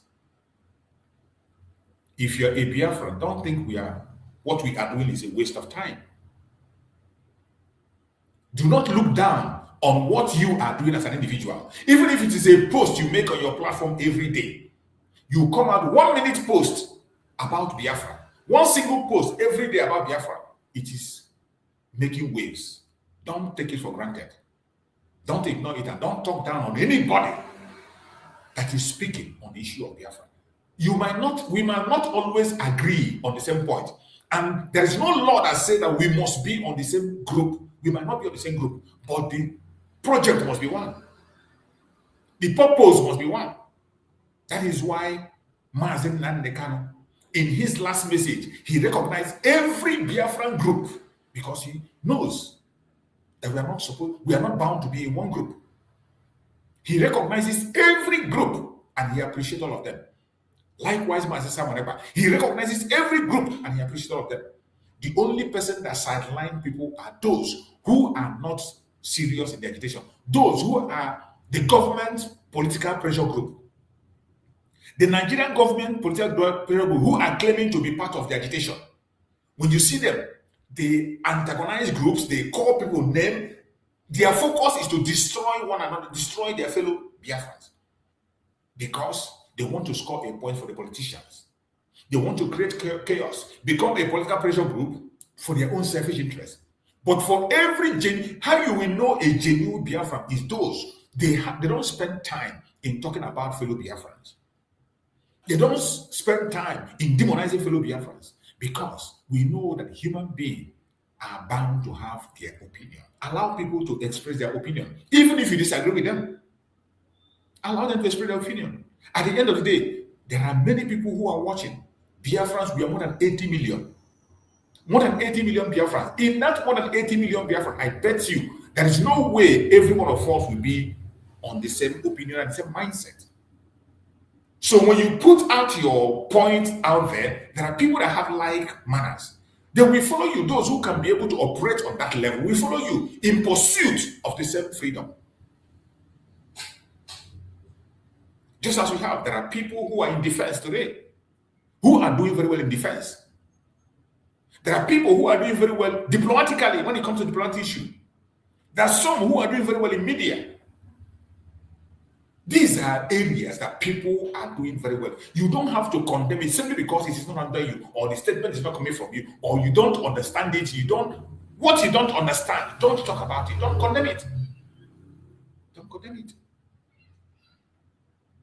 Because international observers are paying attention. The international observers are paying attention. Don't ever forget it. Don't ever, in anything you are saying online or you're doing, remember, the international observers are paying attention. They are paying attention to allegation of persecution of Biafrans. They are paying attention to claims of human rights violation. They are paying attention to the prolonged detention and political tension. More especially, the illegal prosecution of Mazen Nandeka, the illegal conviction of Mazen Nandeka with a non-existing law, a repeat law in a country, and a country that have a union of journalists, a union of whatever. They never talked about it. In a country that have lawmakers, somebody was convicted with a repeat law, and they kept silent. They pretended they didn't hear it. Illegally convicted and handed life sentence. As if that's not enough, they took him to Sokoto. The world is watching. Regional instability narrative. This narrative they are pushing about the Biafra land, the world is watching and observing.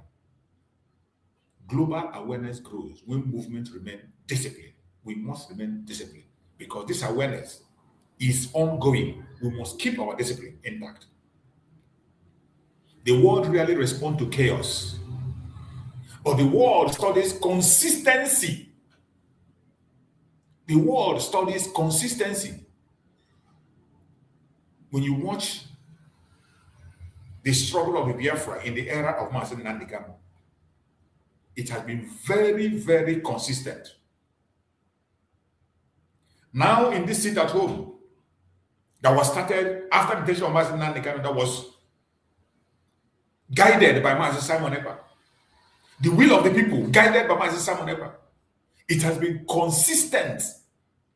This is almost 5 years, 4 years plus. Consistently, the world is listening. They are watching. They are studying the consistency of the Biafran people. If Monday sit at home continues peacefully and strategically, it becomes a documented pattern. It becomes a measurable signal. It becomes an undeniable statement. And global institutions pay attention to the pattern. This is why Nigerian government is fighting sit at home.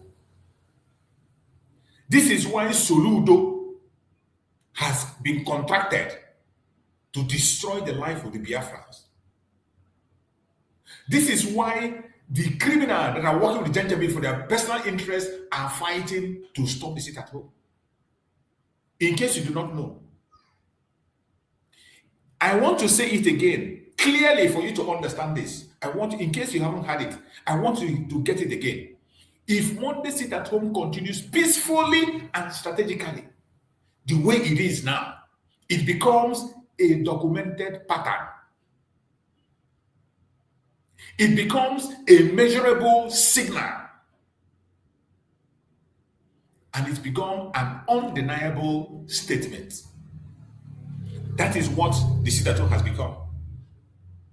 They know it, and they are fighting how to destroy it.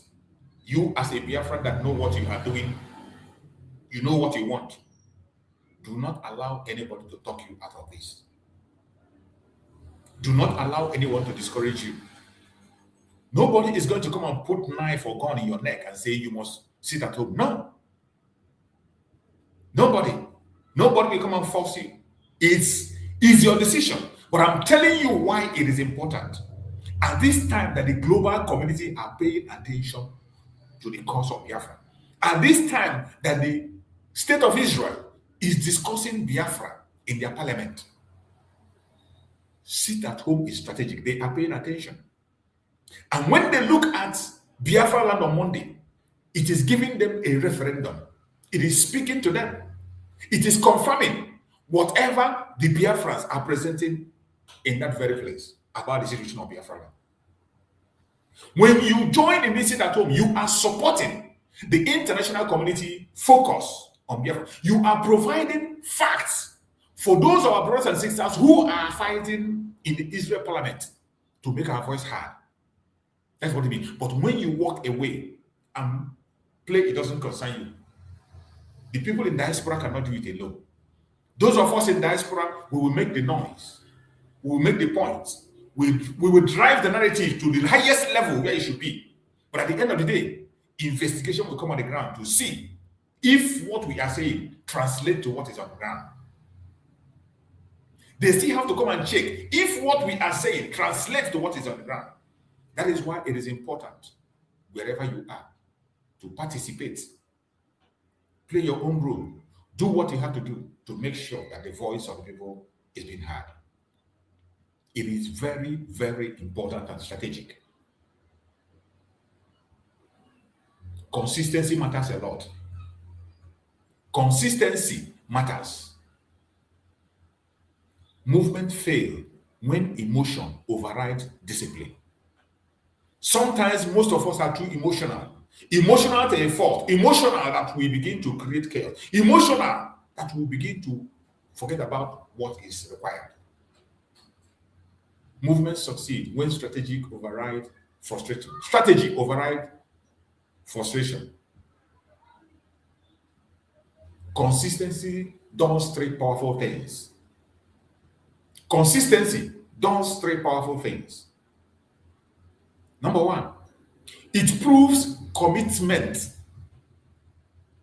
The consistency of the Biafran people in the quest of Biafra, more especially in the application of the civil disobedience sit at home, shows commitment. It proves the commitment of the people to the quest of freedom in Nigeria. It shows the commitment of people in the request for the unconditional release of Mazen Nnamdi Kanu, come with me. It proves commitment. Secondly, it builds international credibility.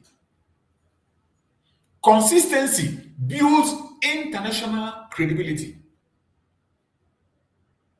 This is why they are scared of our consistency in the agitation, in the civil disobedience sit at home every Monday. This is why the government is so scared about it, that they will mandate governors to go after people and force them out, go to their houses and pull them out to come. This is why Soludo is doing what he's doing. Because consistency builds international credibility. Today, Biafra has gained international credibility, whether you like it or not. That is why many countries of the world are speaking about it. You are hearing the Israel president very soon. it will be discussed in the United States. I promise you that. That's what I see. Very soon, it will come to the United States. United States is coming from another angle. They have already come from another angle, the Christian genocide. But at the end of the day, Biafra issue is going to be on the table. Take it to the bank. Number 3, consistency also forces negotiation pressure. Consistency forces negotiation pressure. Did you hear that? This is the reason why it is important to remain consistent in what we are doing. Remain consistent in our requests. Don't you ever back down. Whatever thing you have been doing that brought us this level, continue to do it and increase your effort. Anything you have been doing that have brought us to this level, continue. Don't you ever look back. These 3 powerful things that consistency does is the reason why they are fighting for sit at home. It proves commitment, it builds international credibility, it forces negotiation pressure. That is why they are so scared about the consistency of Biafran people in the civil disobedience.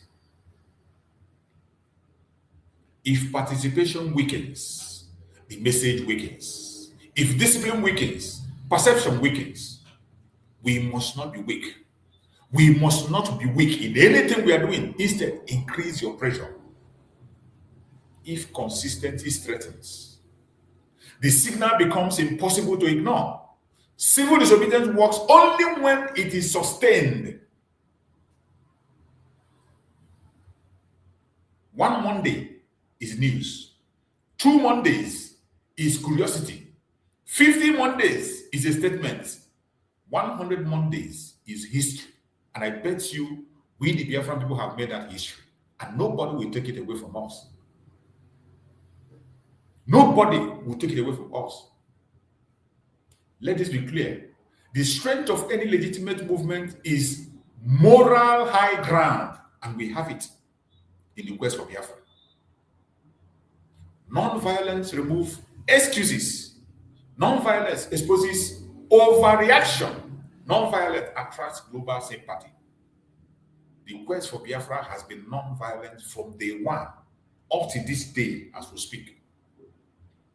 That is why even when they bring their armor tank and tankers against us, all we do is to defend ourselves. All we do is to defend ourselves.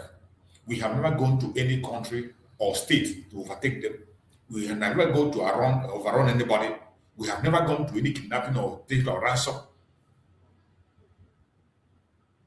And that is why we will definitely succeed.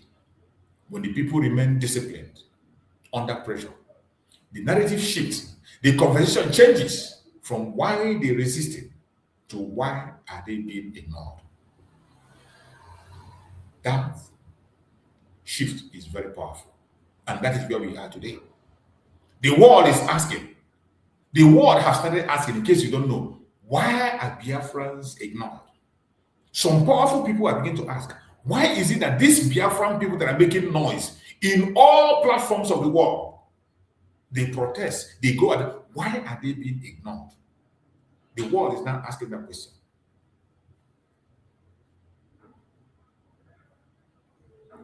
But do not underestimate psychological impact. A consistent regional shutdown once a week sends signal to government institutions, security agencies, international observers, economic analysis. It says there is unresolved tension. There is unresolved grievance. There is unresolved demand. Silence becomes leverage, and leverage, when sustained, creates negotiation space. My beloved Biafrans, we must never back down. We must never back down. It is time for us to stand up and fight more than we have ever done in the past. History is not written in one day. It is written through pattern. Every Monday recorded. Every shutdown documented. Every discussion achieved. the future will ask, did they give up or did they persist? Did they give up or did they persist? This is the question the future will ask you and I. And I thank Chukwu Okukabama that I can say boldly today that Biafrans never gave up. We never gave up. Biafrans never, has never, and will never give up. History will remember our generation that never gave up. Even when our leaders, Mazi Nnamdi Kanu, Mazi Samara, was taken out of the picture, Biafrans never gave up. And history will remember that. Movement that maintains structure, discipline, and clarity outlasts temporary pressure. That is why every one of us must maintain discipline. Anything you are doing that brought us this far, please continue to do it. Don't get distracted. Focus, and Chukwu Okukabiyama will definitely make a way for us where there seems to be no way. You're welcome, my beloved brother Christian. Thank you so much for joining, bro. Christian, you're welcome. Good to have you. Just morning. There. You're welcome, my brother.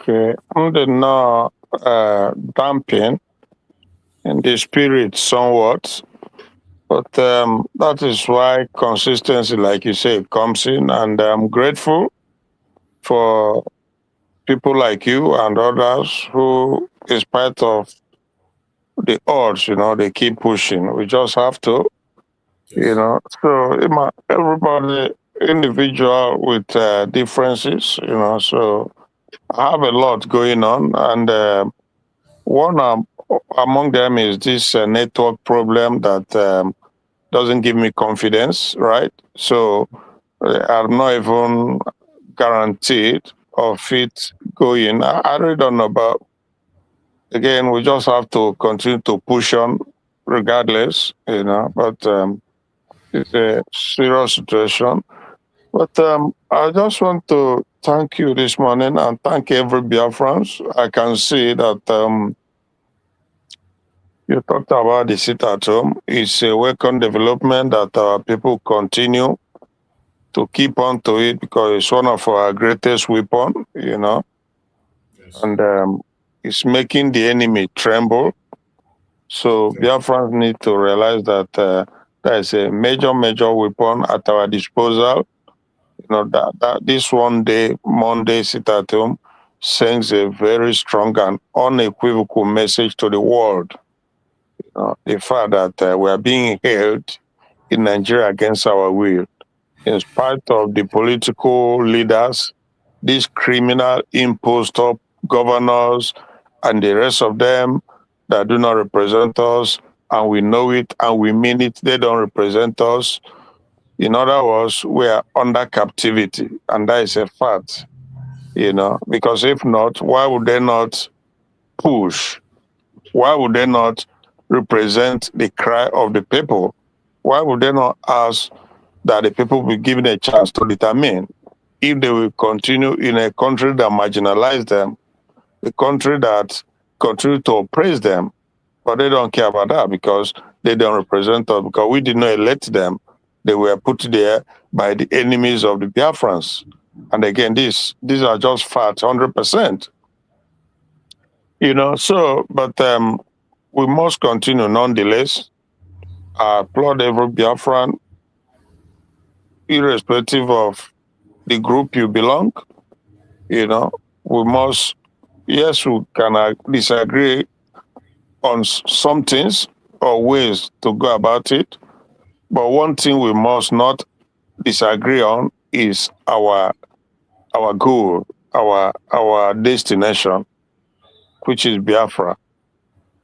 I said that to say that because yesterday, I think it was yesterday morning, Sunday morning, I woke up and for some reason I found this video I found from IPOB. I've never, for a very long time, I do not listen to them. But this woman, never seen her before, don't know whom she is, but something Oge something, her name Oge something. And very fascinating, fairly young, fine good lady, you know. So, because it was Monday morning, so I was just lying down and listening. And she spoke so well, so eloquently, and but in her speech, I listened for like close to 2 hours, but I did not listen to all of it because it was a very long and prolonged program she had, and some other people were calling in, you know, to express their opinion. So I just wish, bro, I just simply wish that I could lay hand. I wasn't able to get like her number, video number, whatever, telephone number, so as to like at least talk to her on the basis of like one-on-one, try to make her, maybe should I say, um, give opinion or advice, or at least speak my piece and see where it leads. You know, because she made some point, like I said, valid, but not quite there. Not exactly. I mean, the point is that I was able to understand her in some capacity, but there are areas that I just totally disagree. You know, so but again, that is how it goes. You know, you cannot always agree with people 100%. There will be areas where you agree and areas you disagree. But I'm not sure if you know her, but you probably will because you have been on this movement. You, Brachus, you've been on this way longer than me, right? So you know some of those IPOB members. I think I don't even know if she's DOS, but she seems to advocate for the DOS, you know. Yeah, so the area that I found sad is the fact that she seems like she seems to be on the side of the DOS, you know. And now, I know that at some point we will get to the truth of what transpired between the kidnap of Maz Nnamdi Kanu and the DOS. The truth, the whole truth will come out at some point, maybe not now, you know, because she feels like this woman, I'm telling you, from her statement, she feels like Nnamdi Kanu has not given support, or Nnamdi Kanu has not given, should I say, approval or some kind of sanction. Like, in other words, like, but the thing is this: if Nnamdi Kanu felt betrayed, yeah, if he feels betrayed by the DOS, yeah, he has a reason to, because he is the one who is in the dungeon.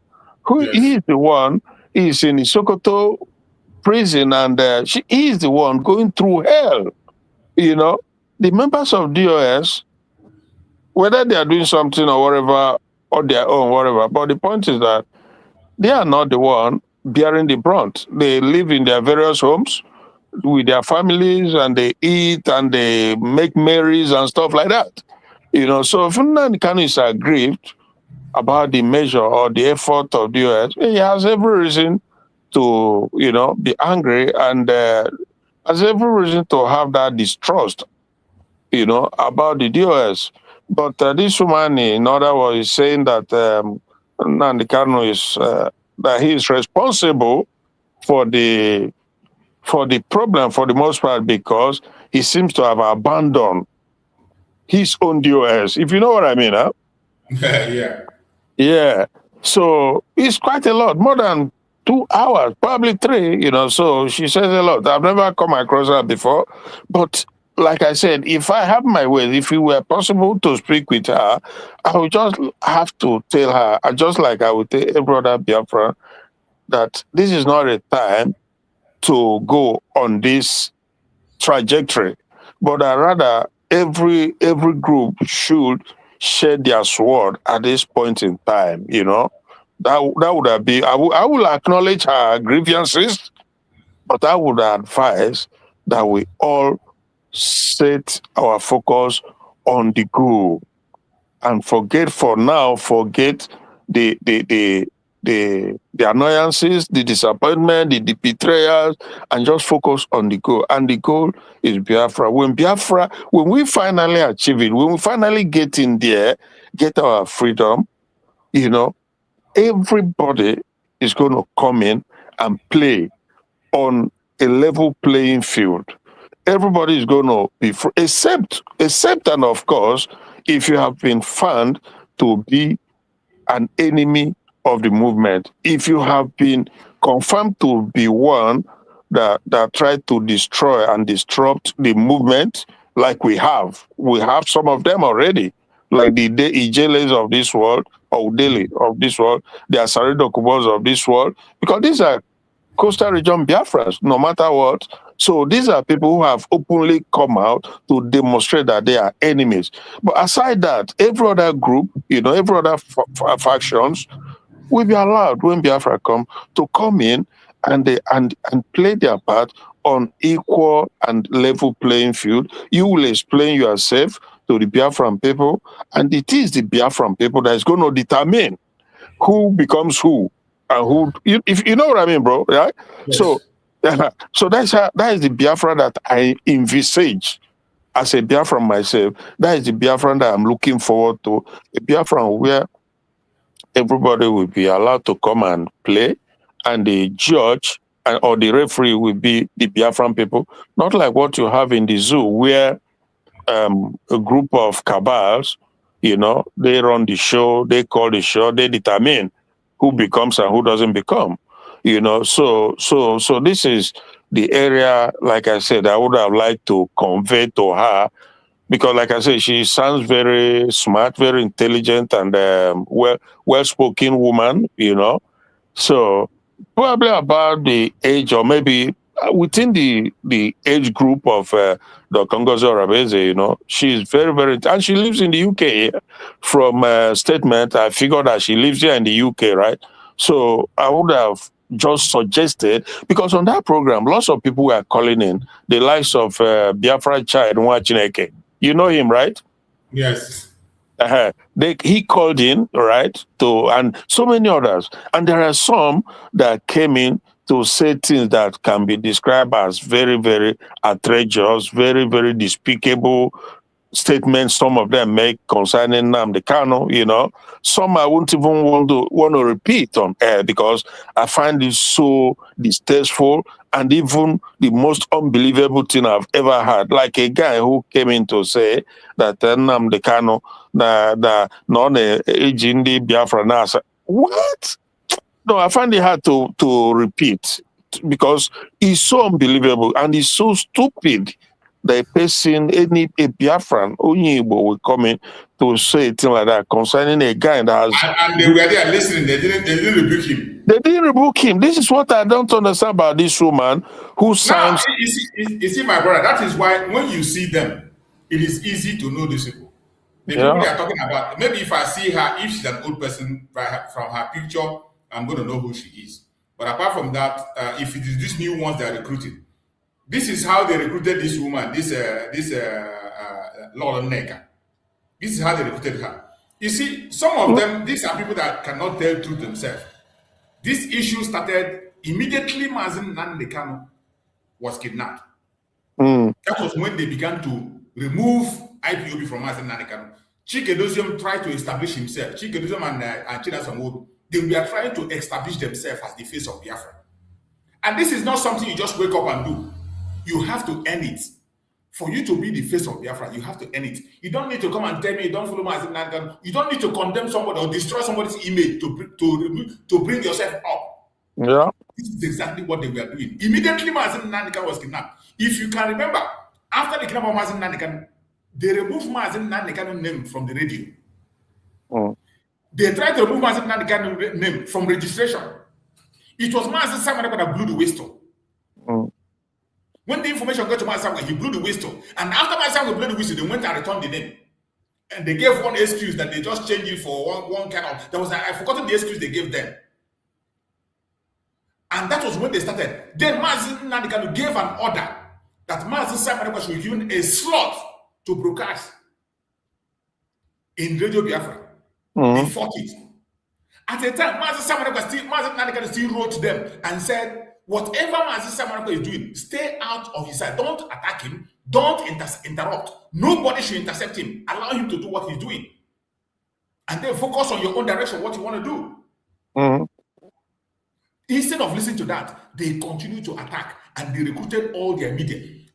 At a point in time, some of those idiots we are seeing, they were coming to Mazi Samarako program. We were hosting program with them. Some of them, I had a program with them. Mm.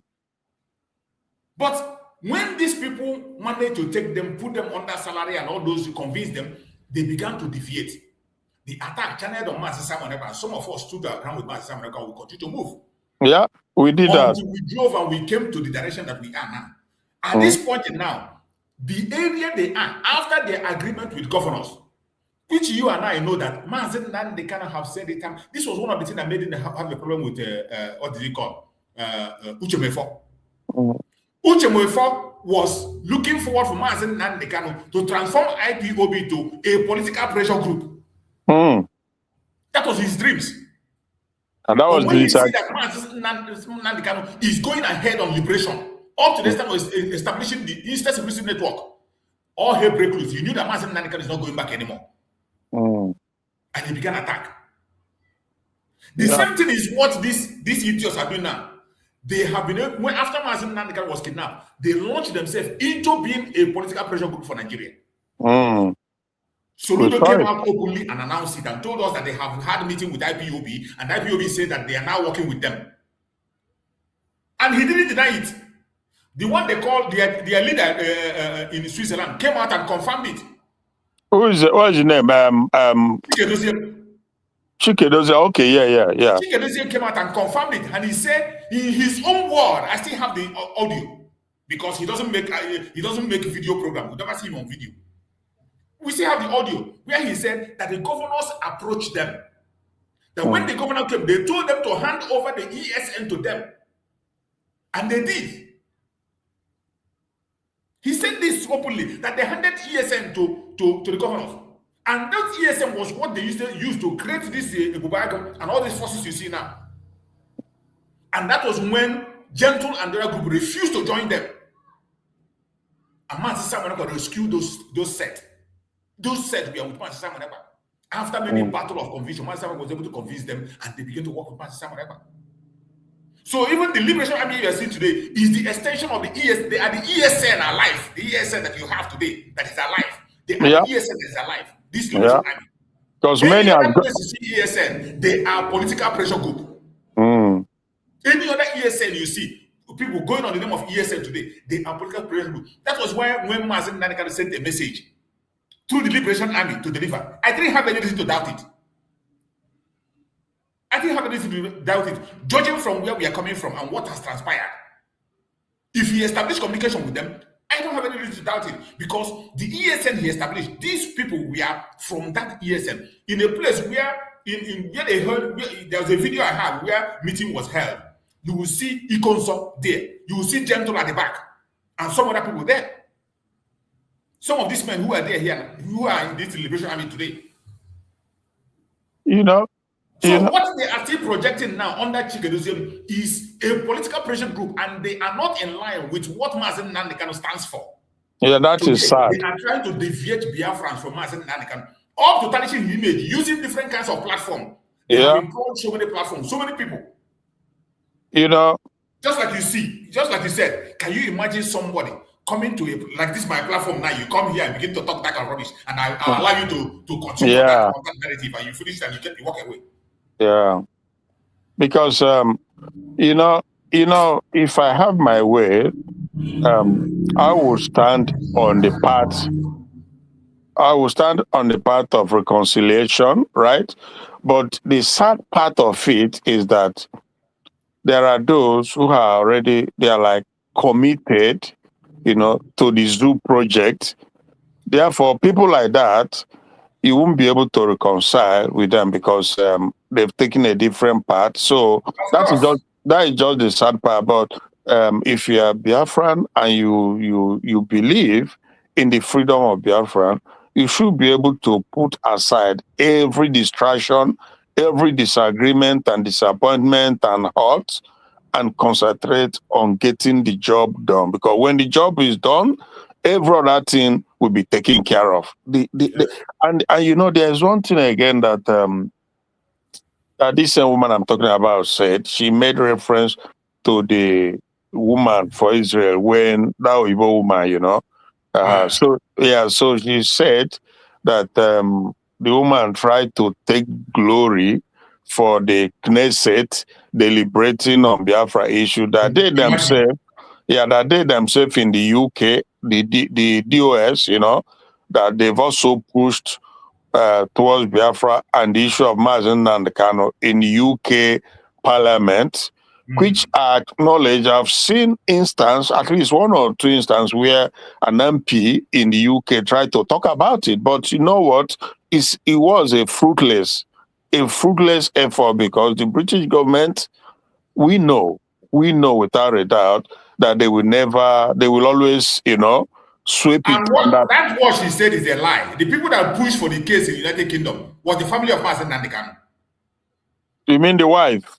The family of Mazen Nandekano, led by his brother Kanunta, not even his wife. Does Kanunta live in the UK? I think he's in Germany. He's in Germany. Yeah, he's in Germany. I know about They that. were the one that made that case. They were the one that pushed that case. Even Mazen Samanaka talked about it.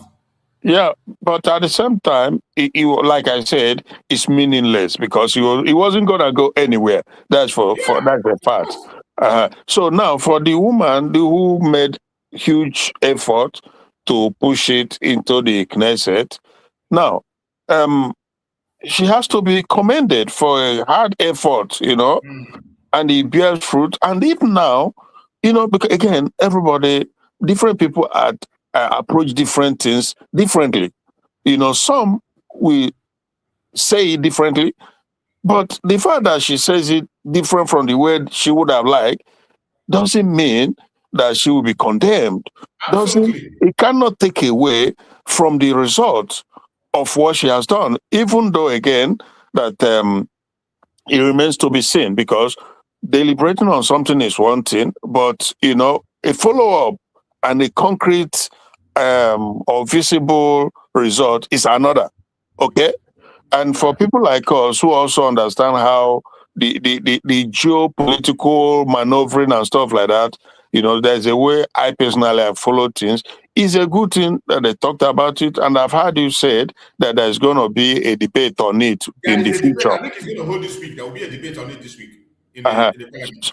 So these are good efforts, you know, these are good measures, and the woman needs to be applauded for pushing that, even if you don't like the fact that she said she's like making it very personal, that is her effort, because this woman was saying that there are DOS, there are IPOB. She said that there are IPOB in Israel, but so therefore that she stood on something, that, you know, that this woman stood on the IPOB in Israel to push the IPOB agenda, and if not, why use the name of IPOB? So that's why I think she's wrong too, because IPOB is for every Biafran and lots of Biafrans. So whichever way you can push it using IPOB, because when they talk about IPOB, everybody.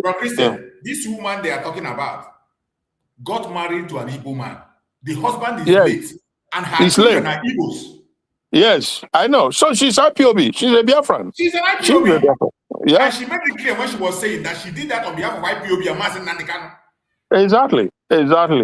So like I said, what I would have appealed to her and people like her would have been, you know, to just forget about the method of delivering, but just look at the deliverance, you know, just look at the achievement. That's what should count. That's what should matter to every Biafran, not what she said or how she come about it. No, yeah. So, but I don't know if I will be able to do that.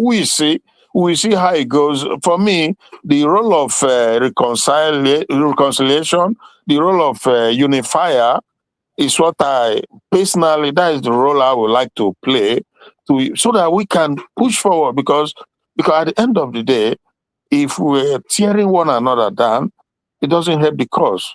It But doesn't. It doesn't. again, also like I said, those who are predisposed, those who are like committed to this sabo, there's little or nothing one can do about it. If somebody is determined to come and play a role of pretentious role, like acting as if you are in need, but in actuality you are not.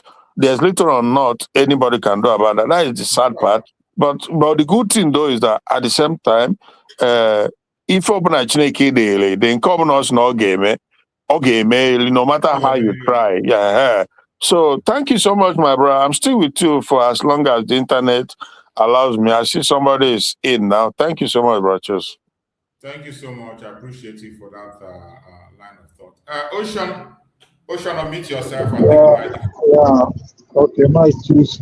Let me be listening because it's very noisy here now. I'll be listening to you. If I get to a safe place, then we can talk. But if not, then I have to be in the evening time when you come online. But I'm here. Okay. Thank you, man. Thank you, bro. You're welcome, my brother. Thank you so much. It's not easy. I can understand that. That's how committed most of us are. You need to sacrifice a lot of things, even in a difficult time, to seek for Branches. Yeah, Branches. So the sit at home is going on is going on, right? Are you aware of that? Yes, the sit at home is going on. In Onitsha. Everywhere, Biafra land, sit at home is going on. Just as always. But they always come with their own narrative. Though it's not, like those places where people did not comply, they will take those videos and begin to discredit effort of the people. Well, yes. So that is a very good thing. It's very, very noble. It is noble because obviously, like we have always said, even almost certainly from the get-go, is a voluntary effort. Nobody, and it's been proven beyond doubt now that people are doing it in a way to show solidarity with Nnamdi Kanu, mostly Nnamdi Kanu, because it's his day, and so nobody have right to stop them from doing that, and we commend them so much. We cannot thank them enough because it goes a long way, and at the end of the day, he also sent a very clear message to the rest of the world, because the world knows what is going on. One might think that, no, the world knows. And the impact, because it has huge impact also, that is why the enemies, the Soludos of this one, the rest of them, they're doing everything to stop it, because they know what it means. They know the image that is sent to the world, right? Soludo took it upon himself. But Ike ga-agụ because onye ji ife nwatakịrị wele aka ya enu. So that is the situation that Soludo faces, and I've said it too from day one. I said, look, that obna ofonye siela ora gelicha pia bara siela ofonye oligbu onwe ya. So this is the solution. Exactly. This is the solution that Soludo has found himself, because that guy, I cannot say it enough, how treacherous that guy Soludo is. He never stood for anything. We had him from the beginning, before he became a governor, the things he said about Biafra quest, and now that he's in power, he has turned 180 degree to continue to fight a losing battle. And Biafran people, we thank God for their power, their strength, and the resilience. So I cannot do job for everything going on. And the election this last Saturday in Abuja, as usual. The Magomago election, we told them to just vote and leave the rest for me. Leave the rest for him. And everybody, the Peter of Nigeria, Peter Aka, and the Shore, and the rest of them who said that they will protest, that Nigeria will be better in their lifetime. I think that was the word he used, So then don't do it now. But this is like just a glimpse of what is to come, that nothing's gonna change. There's absolutely nothing. And we can't stop saying it, that they are wasting their time pushing one Nigerian narrative because it's never gonna work, never ever.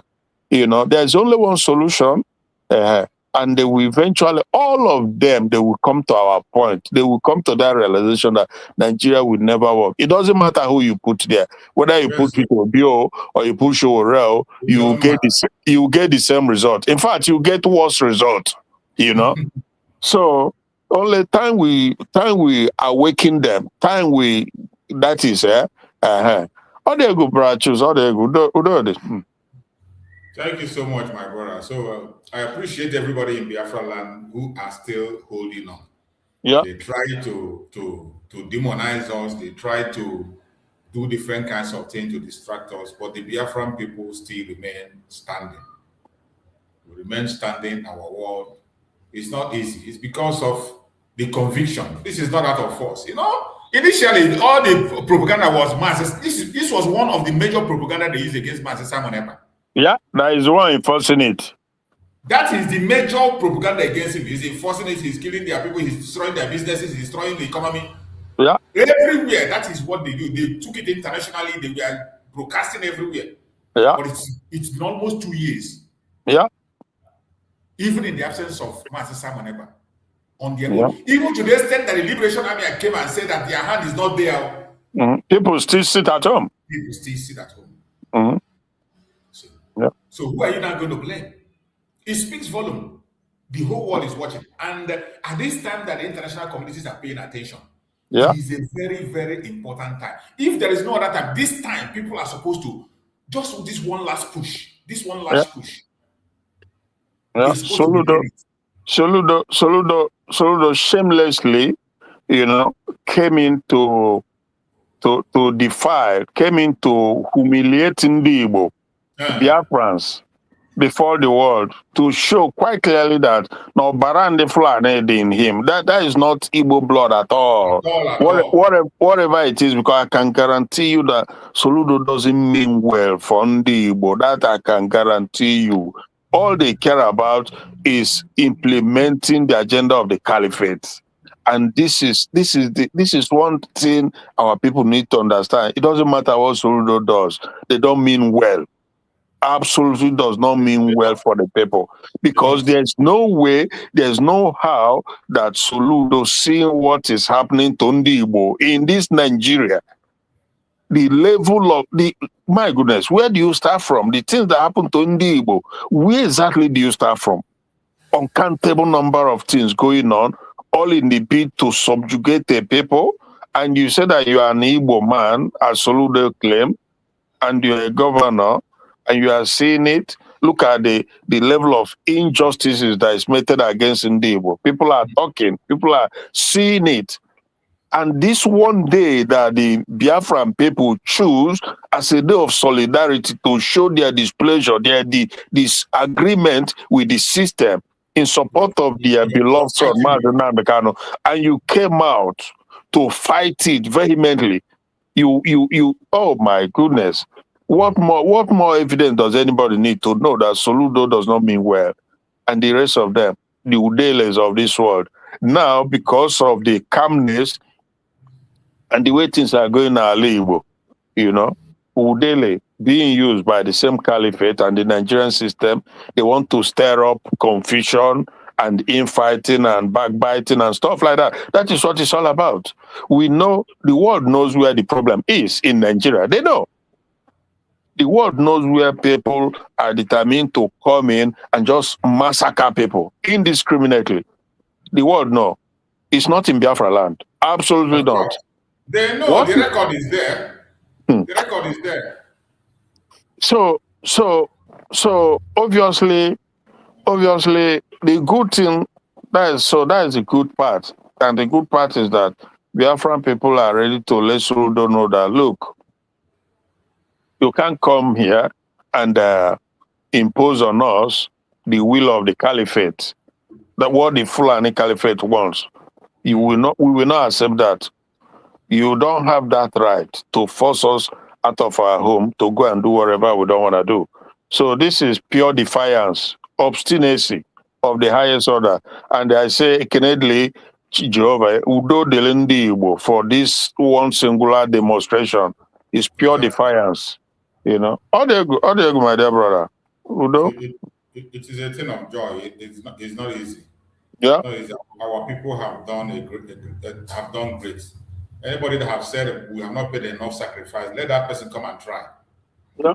Biafrans have shown their willingness to get out of the zoo, and they continue to show that they are willing to go. We will never stop. We will continue to push on. Just as they are busy there attacking Biafran people, attacking the Liberation Army. ISWAP is taking over Nigeria completely, and they are not doing anything. You cannot see the kind of military they are sending in Biafra to go and fight innocent Biafrans. They can't send that same kind of people to go and quell. Look at ISWAP taking over the northern part of Nigeria, and they do nothing about it. They move in convoy, destroy entire village. ISWAP released additional image of attack against Garamoso Jili, camp of Nigerian army yesterday in Adamawa State, northeast Nigeria. Just imagine, yesterday in Adamawa State. But they are busy chasing shadows in Biafra land. They are busy pushing their lies and propaganda, chasing innocent people that did nothing to them, that are only demanding for their freedom. They are chasing them. Look at horrible pictures. This one are people that are captured. Look at. Yeah. Look at. These women were recently kidnapped in Zamfara. Under Tinubu's APC presidency, women and girls are being traded by bandits under a failure of president. Just imagine. Just look at people they keep in kidnapping them. Look at innocent people. Including the short woman there. Just imagine. They kidnap everything kidnappable. You just imagine. And all what Tinubu, all what they care about is election. Election is what they care about. Why the country they want to govern is burning. Why terrorists has taken over the entire northern region.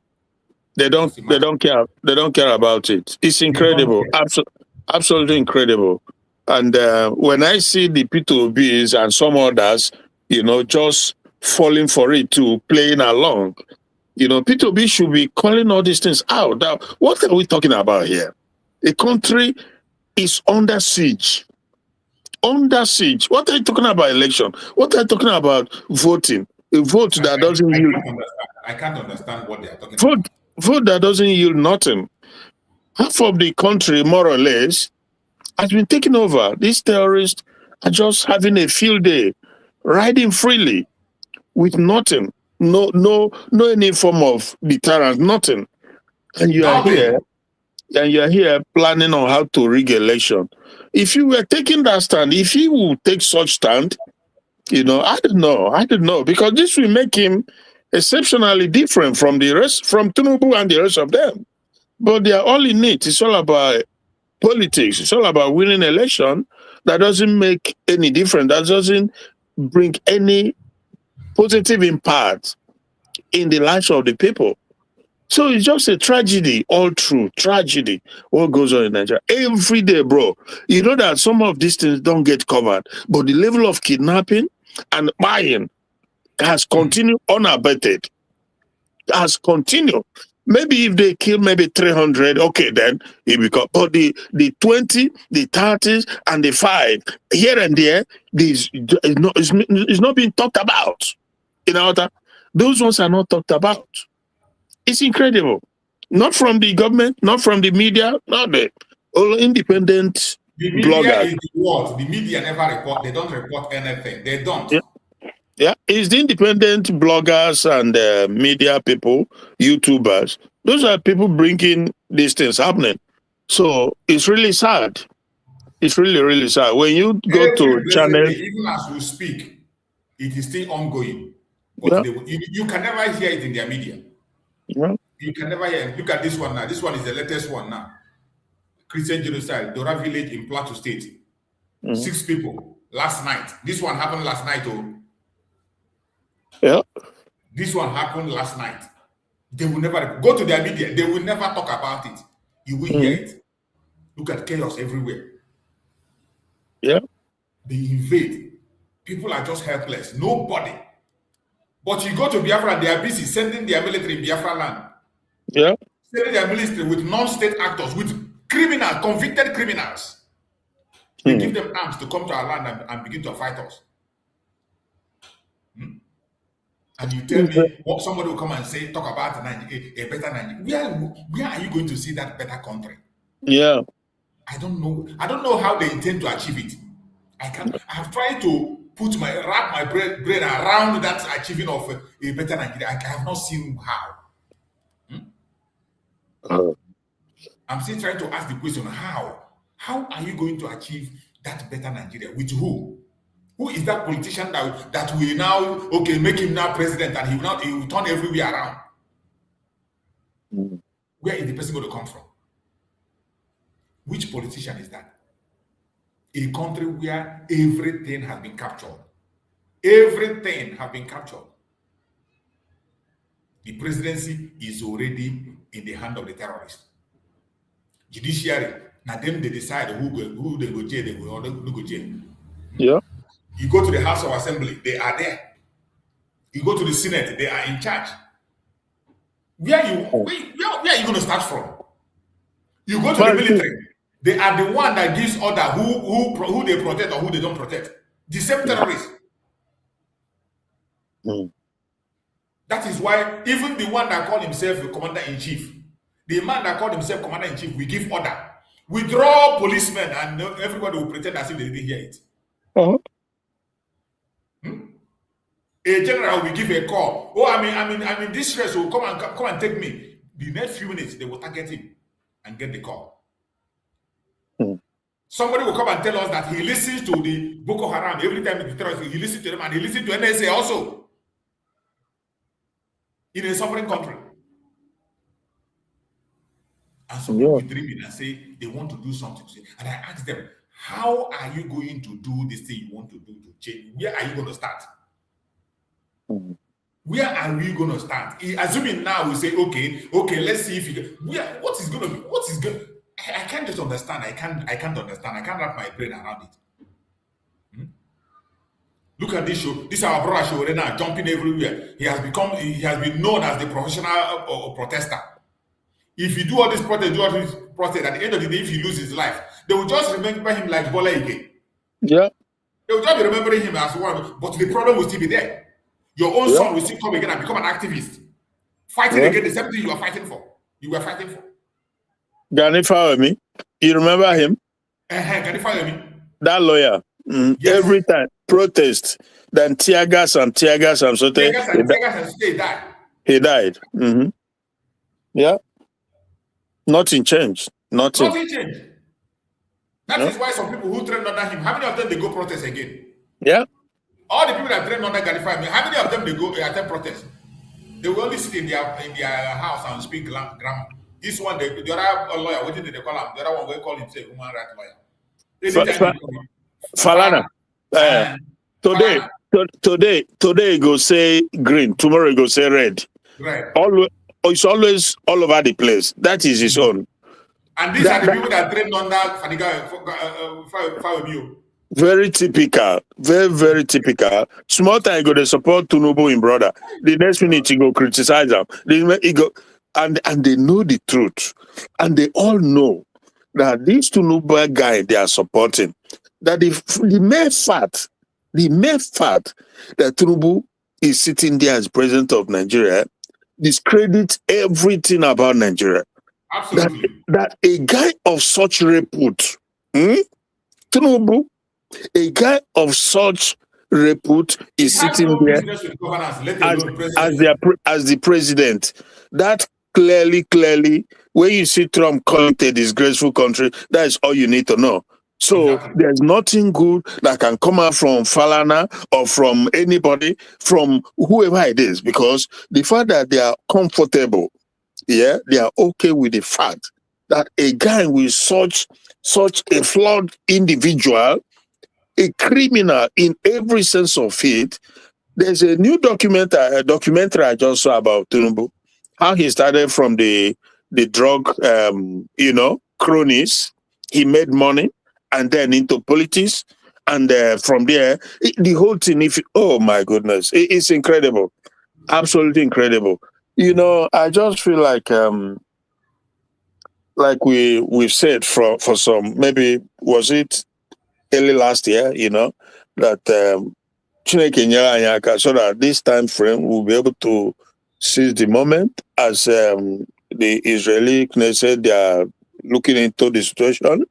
The United States government, they are also aware of everything. So this has to be the time that we'll be able to reclaim, you know, our identity. You know, that's why I said that everybody should focus on the goal, so that within this time we'll be able to do what we have to do. Because they just fingers crossed. It's an amazing time. The world is watching, and the U.S. government is practically in the country now. You know, so they've not really begin to, you know, but they are in already. So in the coming days and weeks and months, things will begin to see the result. And so obviously this is the time to push back and push further our agenda, so that we can use this opportunity to free ourselves from this demonic shackle, this evil entity that won't go in and doesn't want anybody to go in. Nigeria is a hindrance, just block the way inside. So they block the way. They don't go in, and they don't want anybody to go in. That is what Nigeria represents.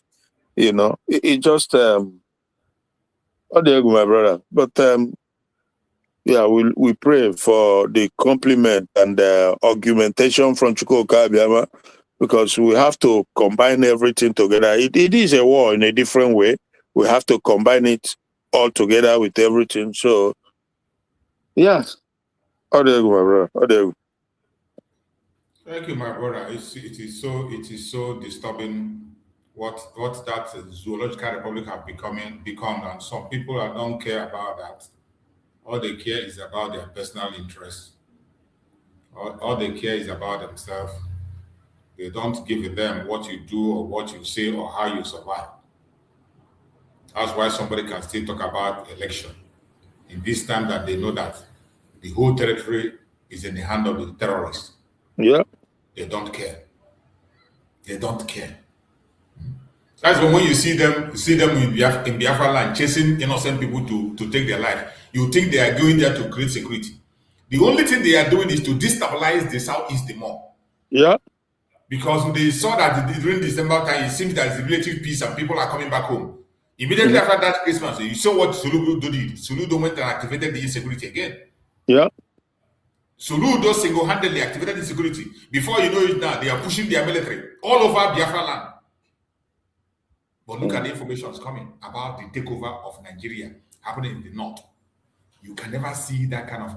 You can never see Nigerian military taking that kind of action in the north. They will not. But in Biafra land, where people are asking for legitimate right, they go after them. So before we go into the news, let's go into their news and see what they have. Let's just have a quick break and we'll come back and go into their news report. Don't follow for Gotao. Them say Tinubu don't follow for Gotao. Tinubu don't follow for Gotao. He want to take it, that's the chop off our head. Senate house fall and the criminals, country military fall and the terrorists, injustice, on motor shop forget love for inside court. Changaro Republic at the government. Abubakar Malami don't fall for Gotao.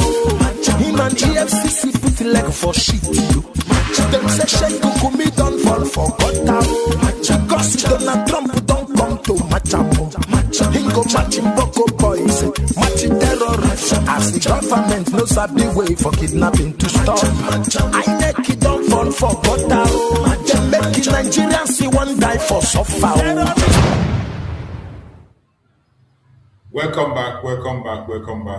Before I go into the news update, there was somebody that came, Bro Christian. There was somebody that came in when I was starting the program, and that guy made a very, very interesting point. He made a very interesting point there. He said that he's thinking of organizing what do you call it, conferences. He was suggesting of organizing conferences, that Biafrans should be organizing conference wherever they are.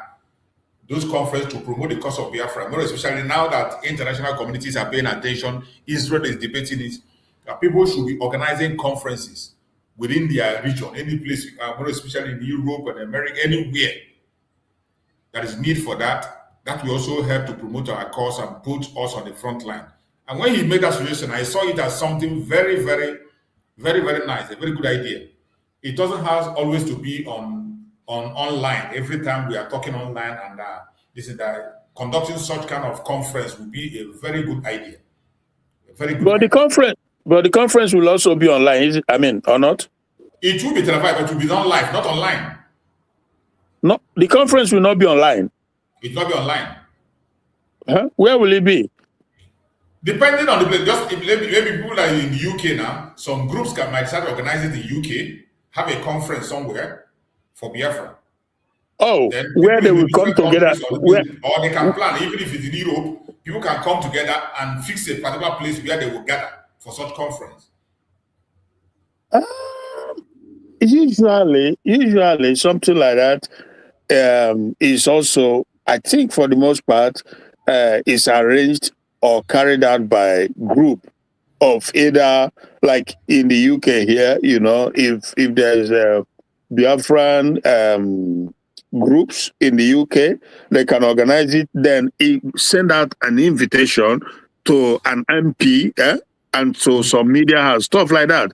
It's not a bad idea, but it's usually, it's not, it's like an art or usually an organization like activists, you know, they organize it and they send out invitation to people, and they will have a hall or someplace, town hall, whatever, where people will come in and talk about it, make debate, make recommendations, and if you invite maybe an MP or any group of political pressure group or parties, whatever, they will listen to it and bring their own suggestion, and others will stuff like that. So, yeah, well, obviously, I think the way things are for the most part, it's usually online that conferences are held in the form of Zoom and stuff like that. I don't know.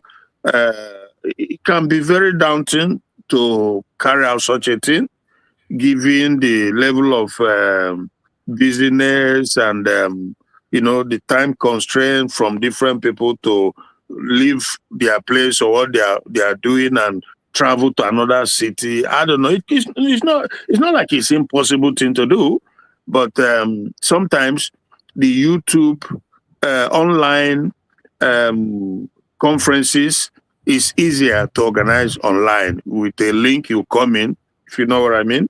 So, but it's not a bad idea. I mean, the guy made his point. He made a suggestion, and yeah, but it's a very good idea, either online or offline. Just like doing it offline is not impossible. It is possible. When you have a group of committed people, instead of making noise and attacking each other, why not the group focus on one thing and organize themselves and do something? Some of them spend a lot of time doing some irrelevant issues.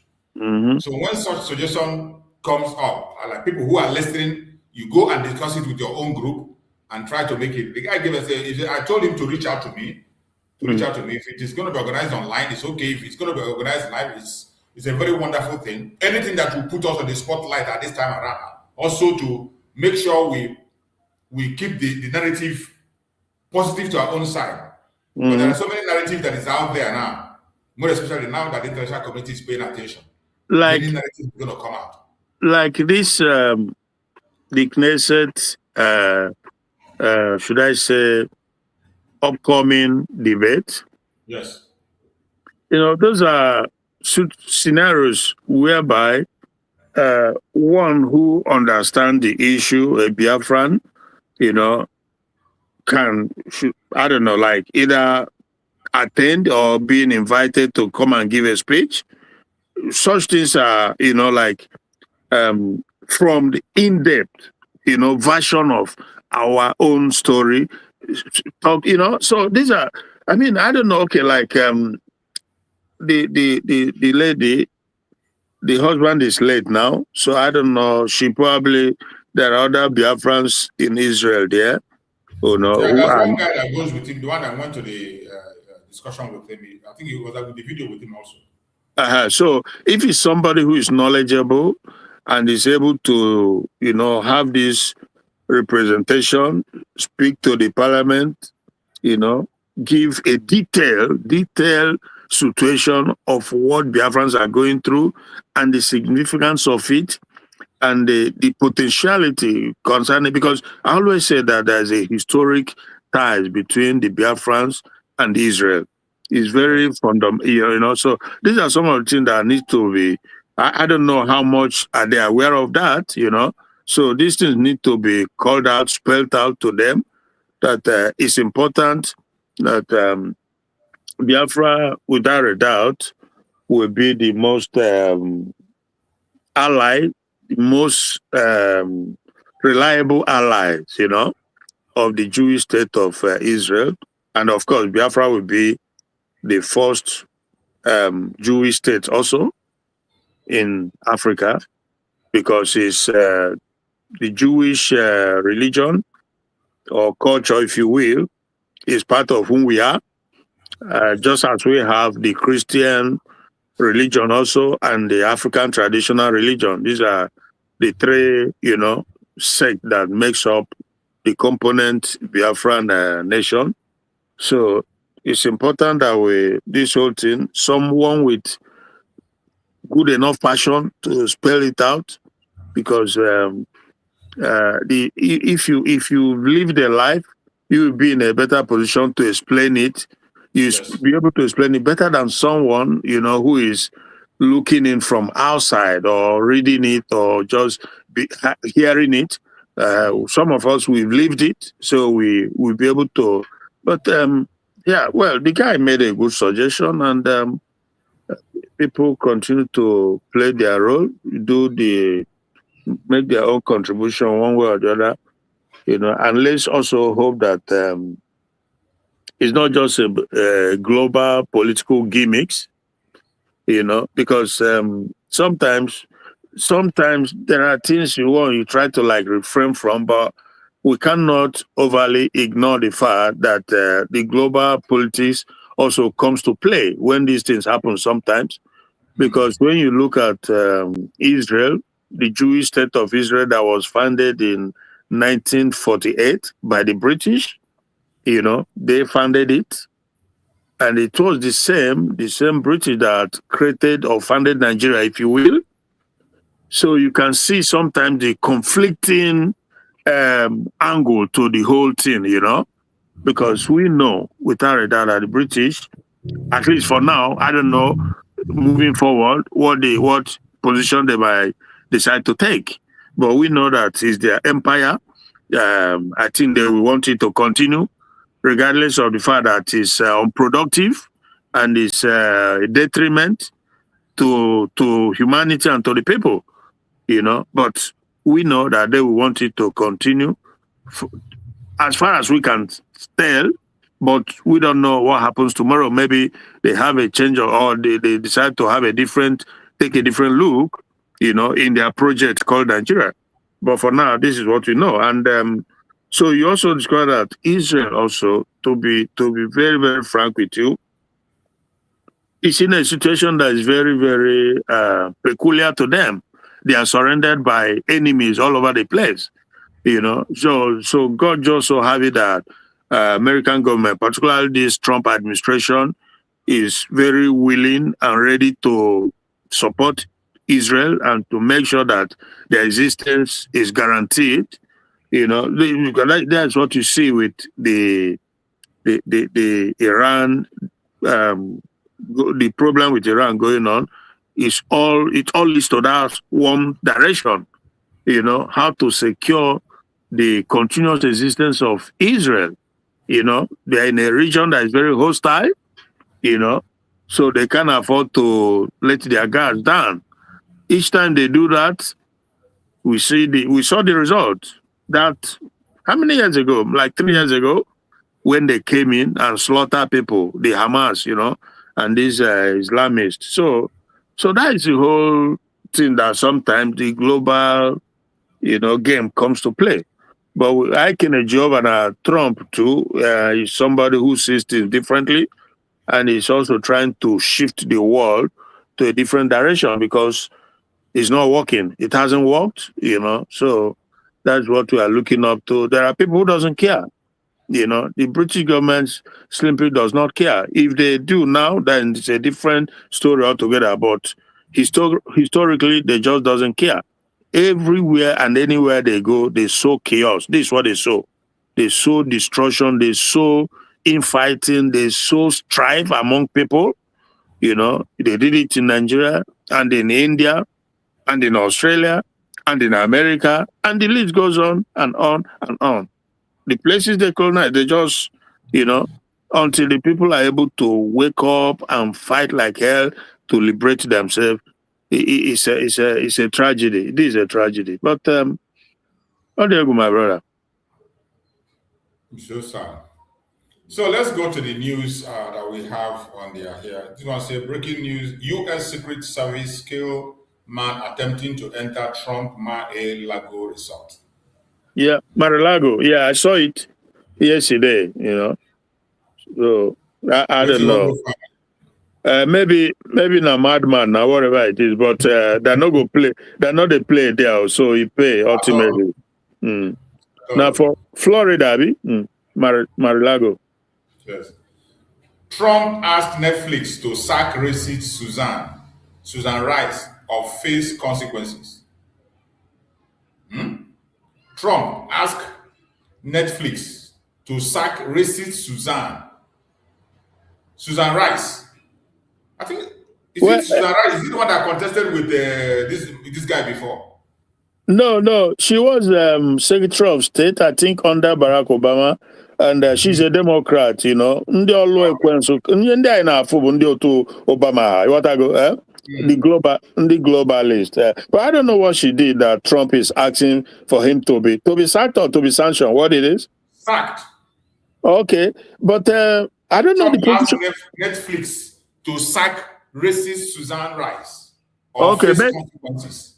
Okay, maybe she have an appointment with Netflix. I don't know that, but I know that she was government official under Barack Obama and under Joe Biden. Rice, under Joe Biden also, she was a government official. But I don't know what position she held now. But maybe no one inform me. What I? Oh yeah, Trump, you're not gonna inform me. On the Obama. Yeah. IPOB warns Abia APC against imposition, accuses Rep Deputy Speaker of plotting to instigate chaos. That is what they are known for. Yeah. Instigating chaos is what they are known for. APC secures 5 chairmanship seats. PDP wins 1 as INEC declares final FCT council result. If we go, so APC don't clear that one, huh? Don't clear out. We can tell you that when we can talk about this, they play. Yeah. Nigeria. Lawyers allege NDLEA tried to frame Ondo Amoteku officer, Ekunjumi wife, detained without charges. That's Nigeria for you.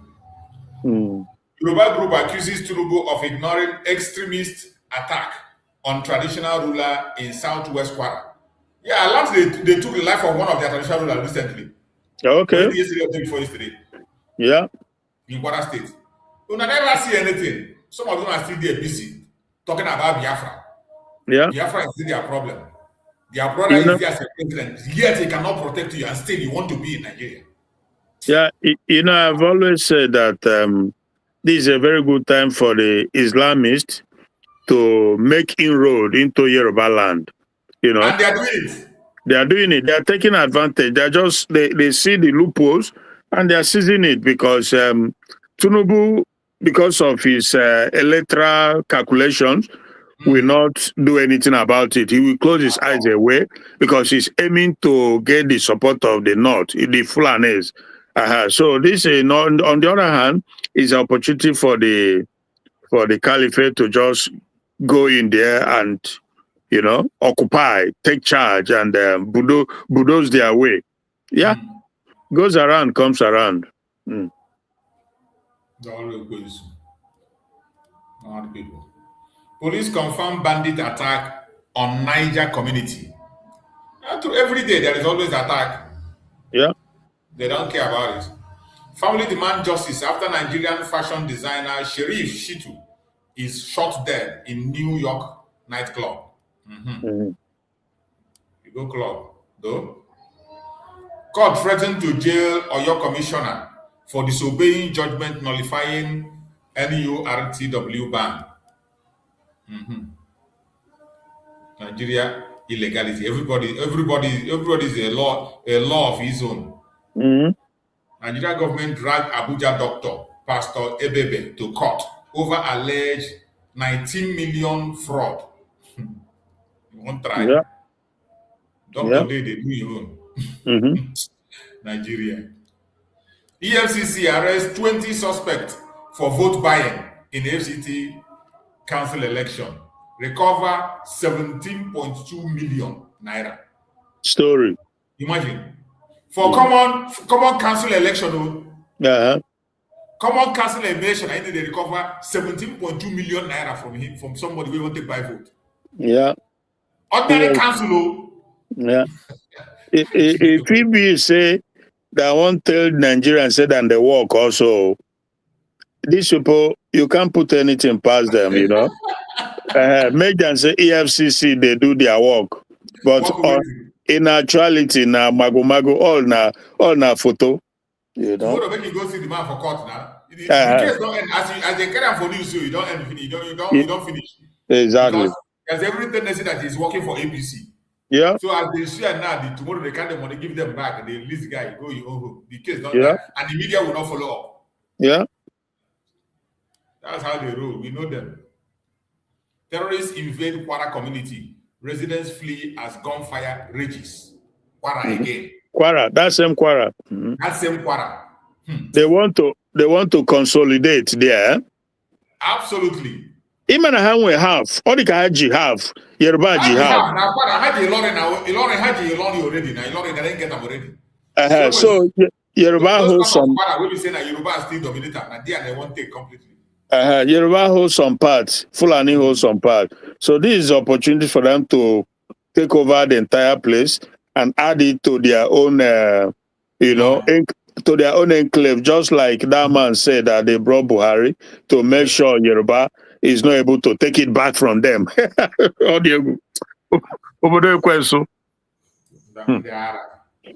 Dangote NNPC partnership can transform Nigeria's energy security industry growth. Mad people. That's true. They don't plan how to dupe the country. Yeah. Once Dangote partner with NNPC, on our life don't finish with that. Yeah. You see that in monopoly system we don't complete for oil sector with that. You control the price. If you wake up one morning until you say fuel don't become 10,000 for a liter. You can't do anything. Mad people. Mexico killed most wanted drug lord El Mancho. Violence erupt across 5 states. And they see that thing for this. That not a small thing. Mexico is on fire. Yeah. Because of the assassination of that drug lord. Drug lord. Yeah. Drug trafficking is another serious problem. It is another. They said the guy was a former police officer. Yeah. Yeah. So they got him. That is why Trump doesn't want to see them. If we have time, he come and take you to US to go and serve. They took him out. President said they involved. They took him out, and his co-travelers, they just went hellwire, shooting and killing randomly everywhere they go, in revenge mission, But I think they are calling on U.S. military to support the government in to take them out, because this Trump administration have zero tolerance, for drug trafficking offense. And he rubs off of this same one in Nigeria because he was a drug kingpin too, So the record is there. People might think that it's a long time ago. Okay, that's what you think. But the harm, the havoc that it caused, it won't be swept under the carpet. So that is what Nigeria represents too, U.S. advises citizens in part of Mexico to shelter in place after killing of most wanted drug lord in Menchu. Nigerian police IRT Abuja released 2 Ondo residents after extortion of 300,000. That's their system, the extortion. Yeah. They will tell you police is your friend, bail is free. But when they catch you, come free now. The dangerous intersection, political power, terror sponsor, and struggle for justice in Nigeria by Daniel Nduka Okonkwo. We know that one not be story again. No. Write the one we say if you write and finish, the DSS don't come carry you. Breaking. ISWAP stormed Nigerian army camp in Adamawa, killed 2 soldiers, burn vehicle. You see them? In Anugwa. Up to this, even with the fact say United States they on the ground. Okay. These people are still taking military. They're still taking on military camp. They attack military camp. Okay. Take over. And we were just saying that it's happening every day. Every day. Unrelenting. And like you said, in spite of the fact that US, they have their men on the ground, these people, they are still so brazen, they don't even care. They don't know what, oh my goodness. So if they can, military base, they go in there. Military base. Okay. So if, how do they say it? If the foundation can be destroyed. When the foundation is destroyed, what will the righteous do? Okay. They are not afraid to go to military base and buy soldiers. What will they do to all the ordinary individuals in their village? Yeah. So, this now will show United States that this is not a small task. It not be picking business, not be child's play. That is why they should go straight to the ultimate solution. Break up. Yeah. That's you don't need to waste the life of your soldiers. Let the people defend themselves by themselves. Mazichus, you know why? Let's be straight now. You know why? Because these people, they just want this Islamist, this Lakurawa, Boko Haram, and ISWAP. They just want that Islamic Sharia country for themselves. So give it to them and let them do for themselves however they wishes. While the rest of us stay in that is the only solution. That is the reasonable, lasting solution. I know that there are politicians in the north, in other regions, who are in this agenda, in this cahoot, to turn the entire Nigeria into that, right? But for these Lakurawas, the Boko Haram, they just want to have Islamic nation in the north, separate from the rest. But because they will not let them have it, they won't even give them audience. They won't even listen to them. They continue to just do all, you know what I mean? They're just going crazy all over the place. So it's like, if we're not going to let us be, okay, everybody will be at the brunt.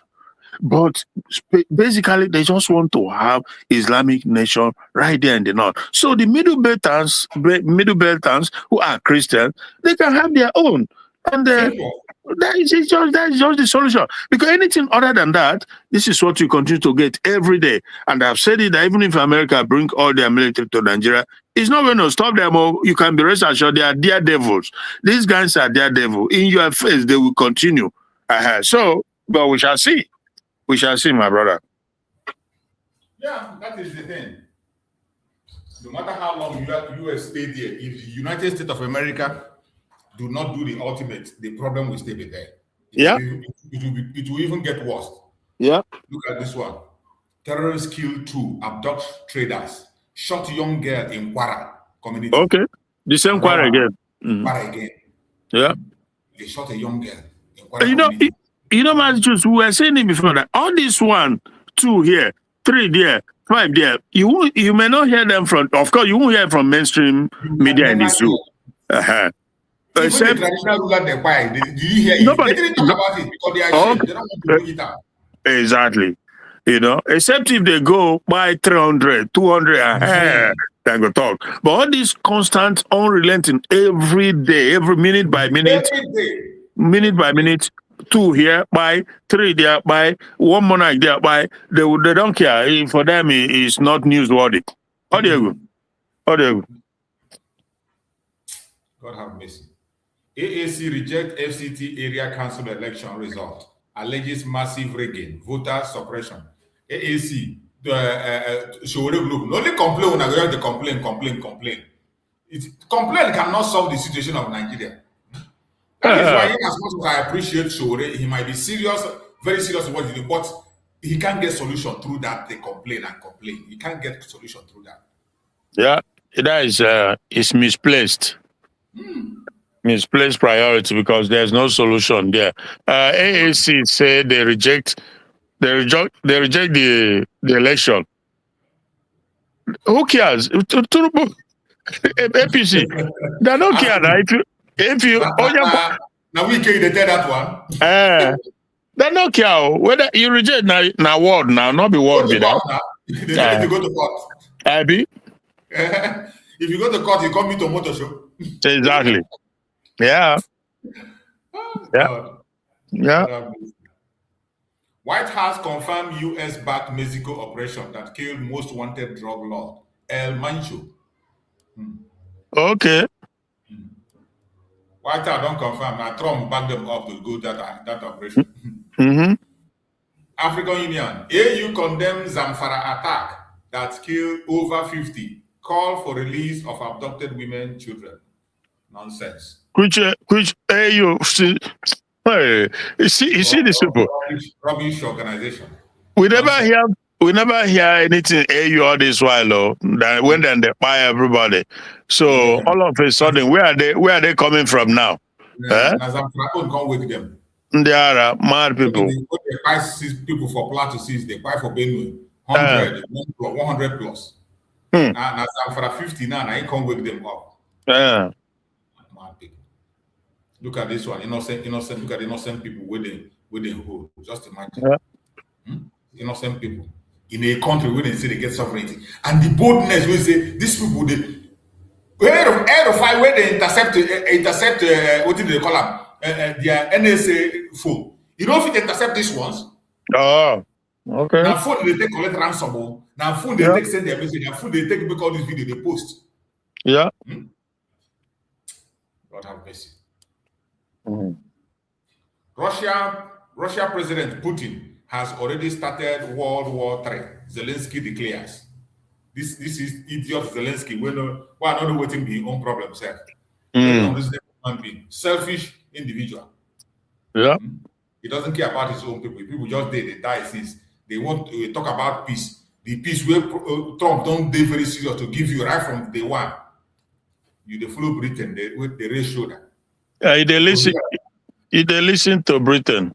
You go here and you never see anything. Russia never touch you. Angolan journalist Texira Candido phone hacked with predator spyware. They hack your phone and so what? Only you now you the first person they hacking phone. Amnesty confirmed. They hack your phone now, you guide your phone well.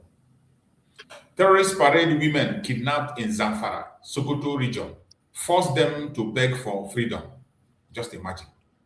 You know, say that Zamfara, that is where the Sharia was established in the first place, huh? Yeah, I get the start now. So everybody can see what the Sharia has brought upon the people. Exactly. Death and destruction and retrogression, and they won't bring them for Niger State also. So, and someone bring them for Yoruba place. So, obviously, this is something that if you want to live, if you want to be alive, if you want to do well, you must reject it.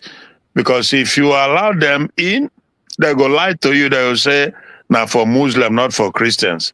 But they are lying to you because it will be for everybody when it comes. You know, that is how they roll. You give them an inch, they take a mile. So to avoid it, you must not allow it. So, audio. Look at this one. DSS detained female Abba pastor for 1 year without charge as substitute for wanted church member. Imagine. Just imagine that. They detained a pastor for a wanted member. For where, for Abba? For 1 year. For Abba. Wait. So after 1 year, they don't release them now, or? I don't think they have released her. They have not released her now. Maybe this news was to create awareness. What they wrote here was DSS detained female Abba pastor for 1 year without charge as substitute for wanted church member. Only in Nigeria. Yeah. Only in Nigeria will this happen. Just imagine. Mexico dismissed U.S. activists' claim that America-led operation that killed drug lord El Mencho. Court order ICE to release Nigeria who entered U.S. illegally in 2003 from unlawful detention.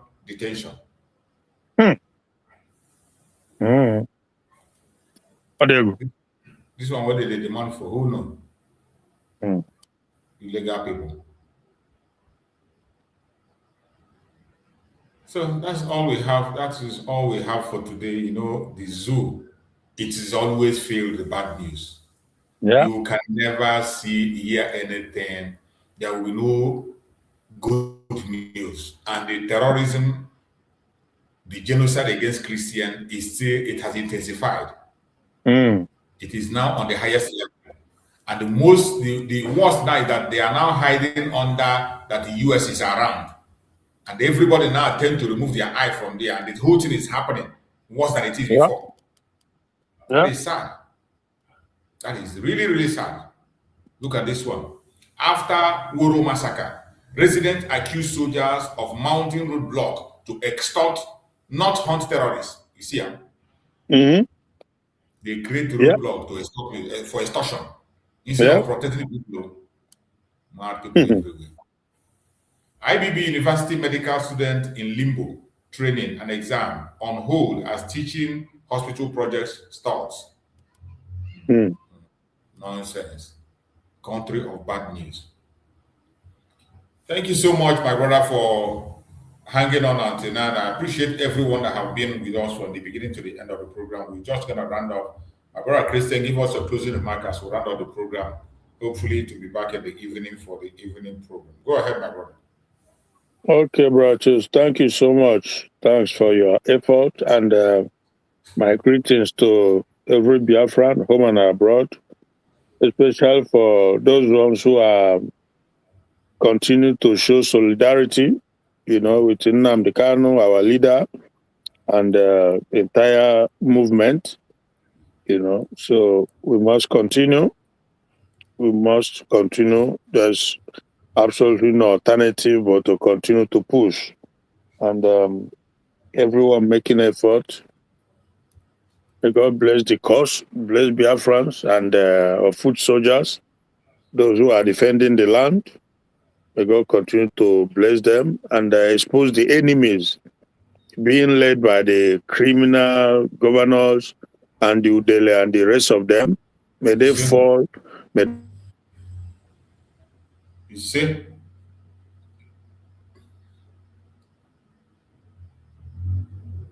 They will definitely fall. By their own sword from being. So obviously, the God of justice is on our side. Therefore, we shall win and we shall prevail. Thank you, Rachel. God bless. I'll see you again. Thank you so much, my beloved brother. I appreciate you for that. Wonderful, wonderful. closing remark, and I appreciate every Biafran that have been with us on this program from the beginning to the end. I thank you all for participating in the program of today. We must continue in this battle, no matter what you hear, no matter what you see. Never give up. Don't you ever give up, even when it seems like all hope is lost. Don't give up. Continue to do whatever you are doing that have brought us this far. Continue to do it. At the end of the day, victory will be ours. Don't be discouraged. It's not easy. If anybody tells you that the battle is easy, that is not true. It is a very difficult battle, and more things are going to happen in days to come. But we must not give up. My people, this is not about emotion. This is about strategy. This is about ensuring the grievances are not buried under daily routine. If Monday sit at home is not going on, a lot is going to go wrong. We must continue to do what we are doing. If Monday sit at home is to continue, we must remain peaceful. We must remain peaceful. We must remain disciplined. We must remain strategic. We must remain consistent. We are not here to instigate violence. We are not instigating chaos. We are not supporting destruction of any type, of any kind. Because discipline is the real power. The world is observing us, and history is recording. The question is not whether attention is growing. The question is whether we are ready to sustain the discipline that turns attention into action. That is the major question. So wherever you are, I want you to remain strong. Don't you ever back down, no matter what you see. Empty street, loud message. Consistency is power. Discipline is strategy. History favors the resolute. The world is watching. My fellow Biafran, I appreciate every single one of you that have been with us on this program today. I thank you so much for being part of the program. I appreciate you, every Biafran. If you have not yet shared this program online, please kindly like and share the program to all platforms. Share to family and friends. Share to those who are close to you. You can equally share to our enemies. If they have an argument or a superior argument, they should come on the next program and give us their questions. If you have different suggestions that will make us go further or things that will make things work out, please do not hesitate to join us and make your contributions on this platform.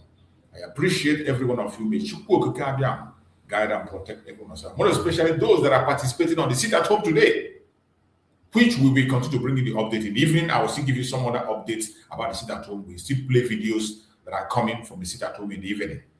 So, my fellow Biafrans, I appreciate everyone else here, and we pray that Chukwu will guide and protect our leaders, more especially Mazi Nnamdi Okukanu and Mazi Simon Ekpa Njoko, who are in the front line, making sure that our voice is heard.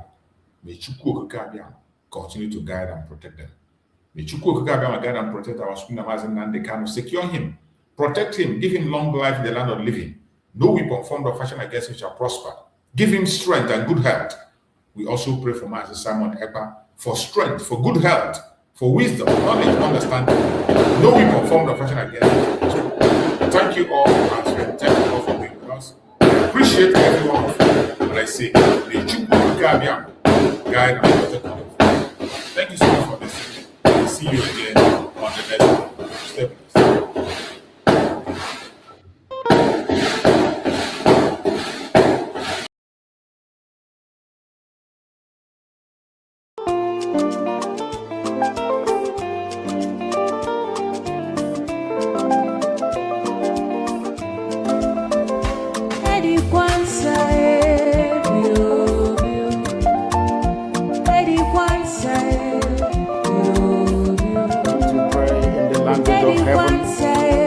The very oldest language on the face of this very earth. Chukwu Abia mapụrụ ihe niile Chineke na-enye ndị nsọ na-efe wee na isi ala niile anyị na-agọzi aha nsọ ya mgbe niile. Onye anyị na-aja mma wee anyị anaghị efe arụsị, ọ bụ naanị gị onye kere ihe niile ekere eke ma ọ onye kere ya. Ọ bịa mere ndị nsọ na-ekiri ha na isi ala mmiri ọbụladị ndị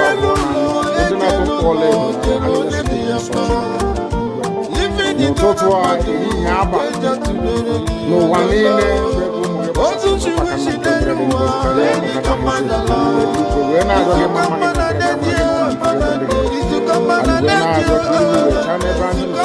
anyị wee na-arịọ gị eze ebube gị ngozi etinye ọgbara n'etiti ndị iro ka ha rapụ ndị ka anyị onye bụ nna Chineke na ndị nsọ ka aka nsị ndị ga-etu wee baa ise obodo kwesịrị isi wee laa ya n'ihi anyị wee na-arịọ gị onye na-adịgide maka mgbe ebighị biko ka iwe mee ka Biafra wee dị ọsọ ọsọ na nkete na ụmụ ga adakwa na ahụ anyị wee na-arịọ gị wee na-arịọ ịhụnanya nke pụrụ iche onye iwe etinye ụmụ ya ezi mmụọ nke isi anyị aka ajọ ihe mmụọ ndụ anyị isi ala bulie aha nsọ n'elu ise ise ise. But you know what? They would like you to believe that someone is the cause of it. No.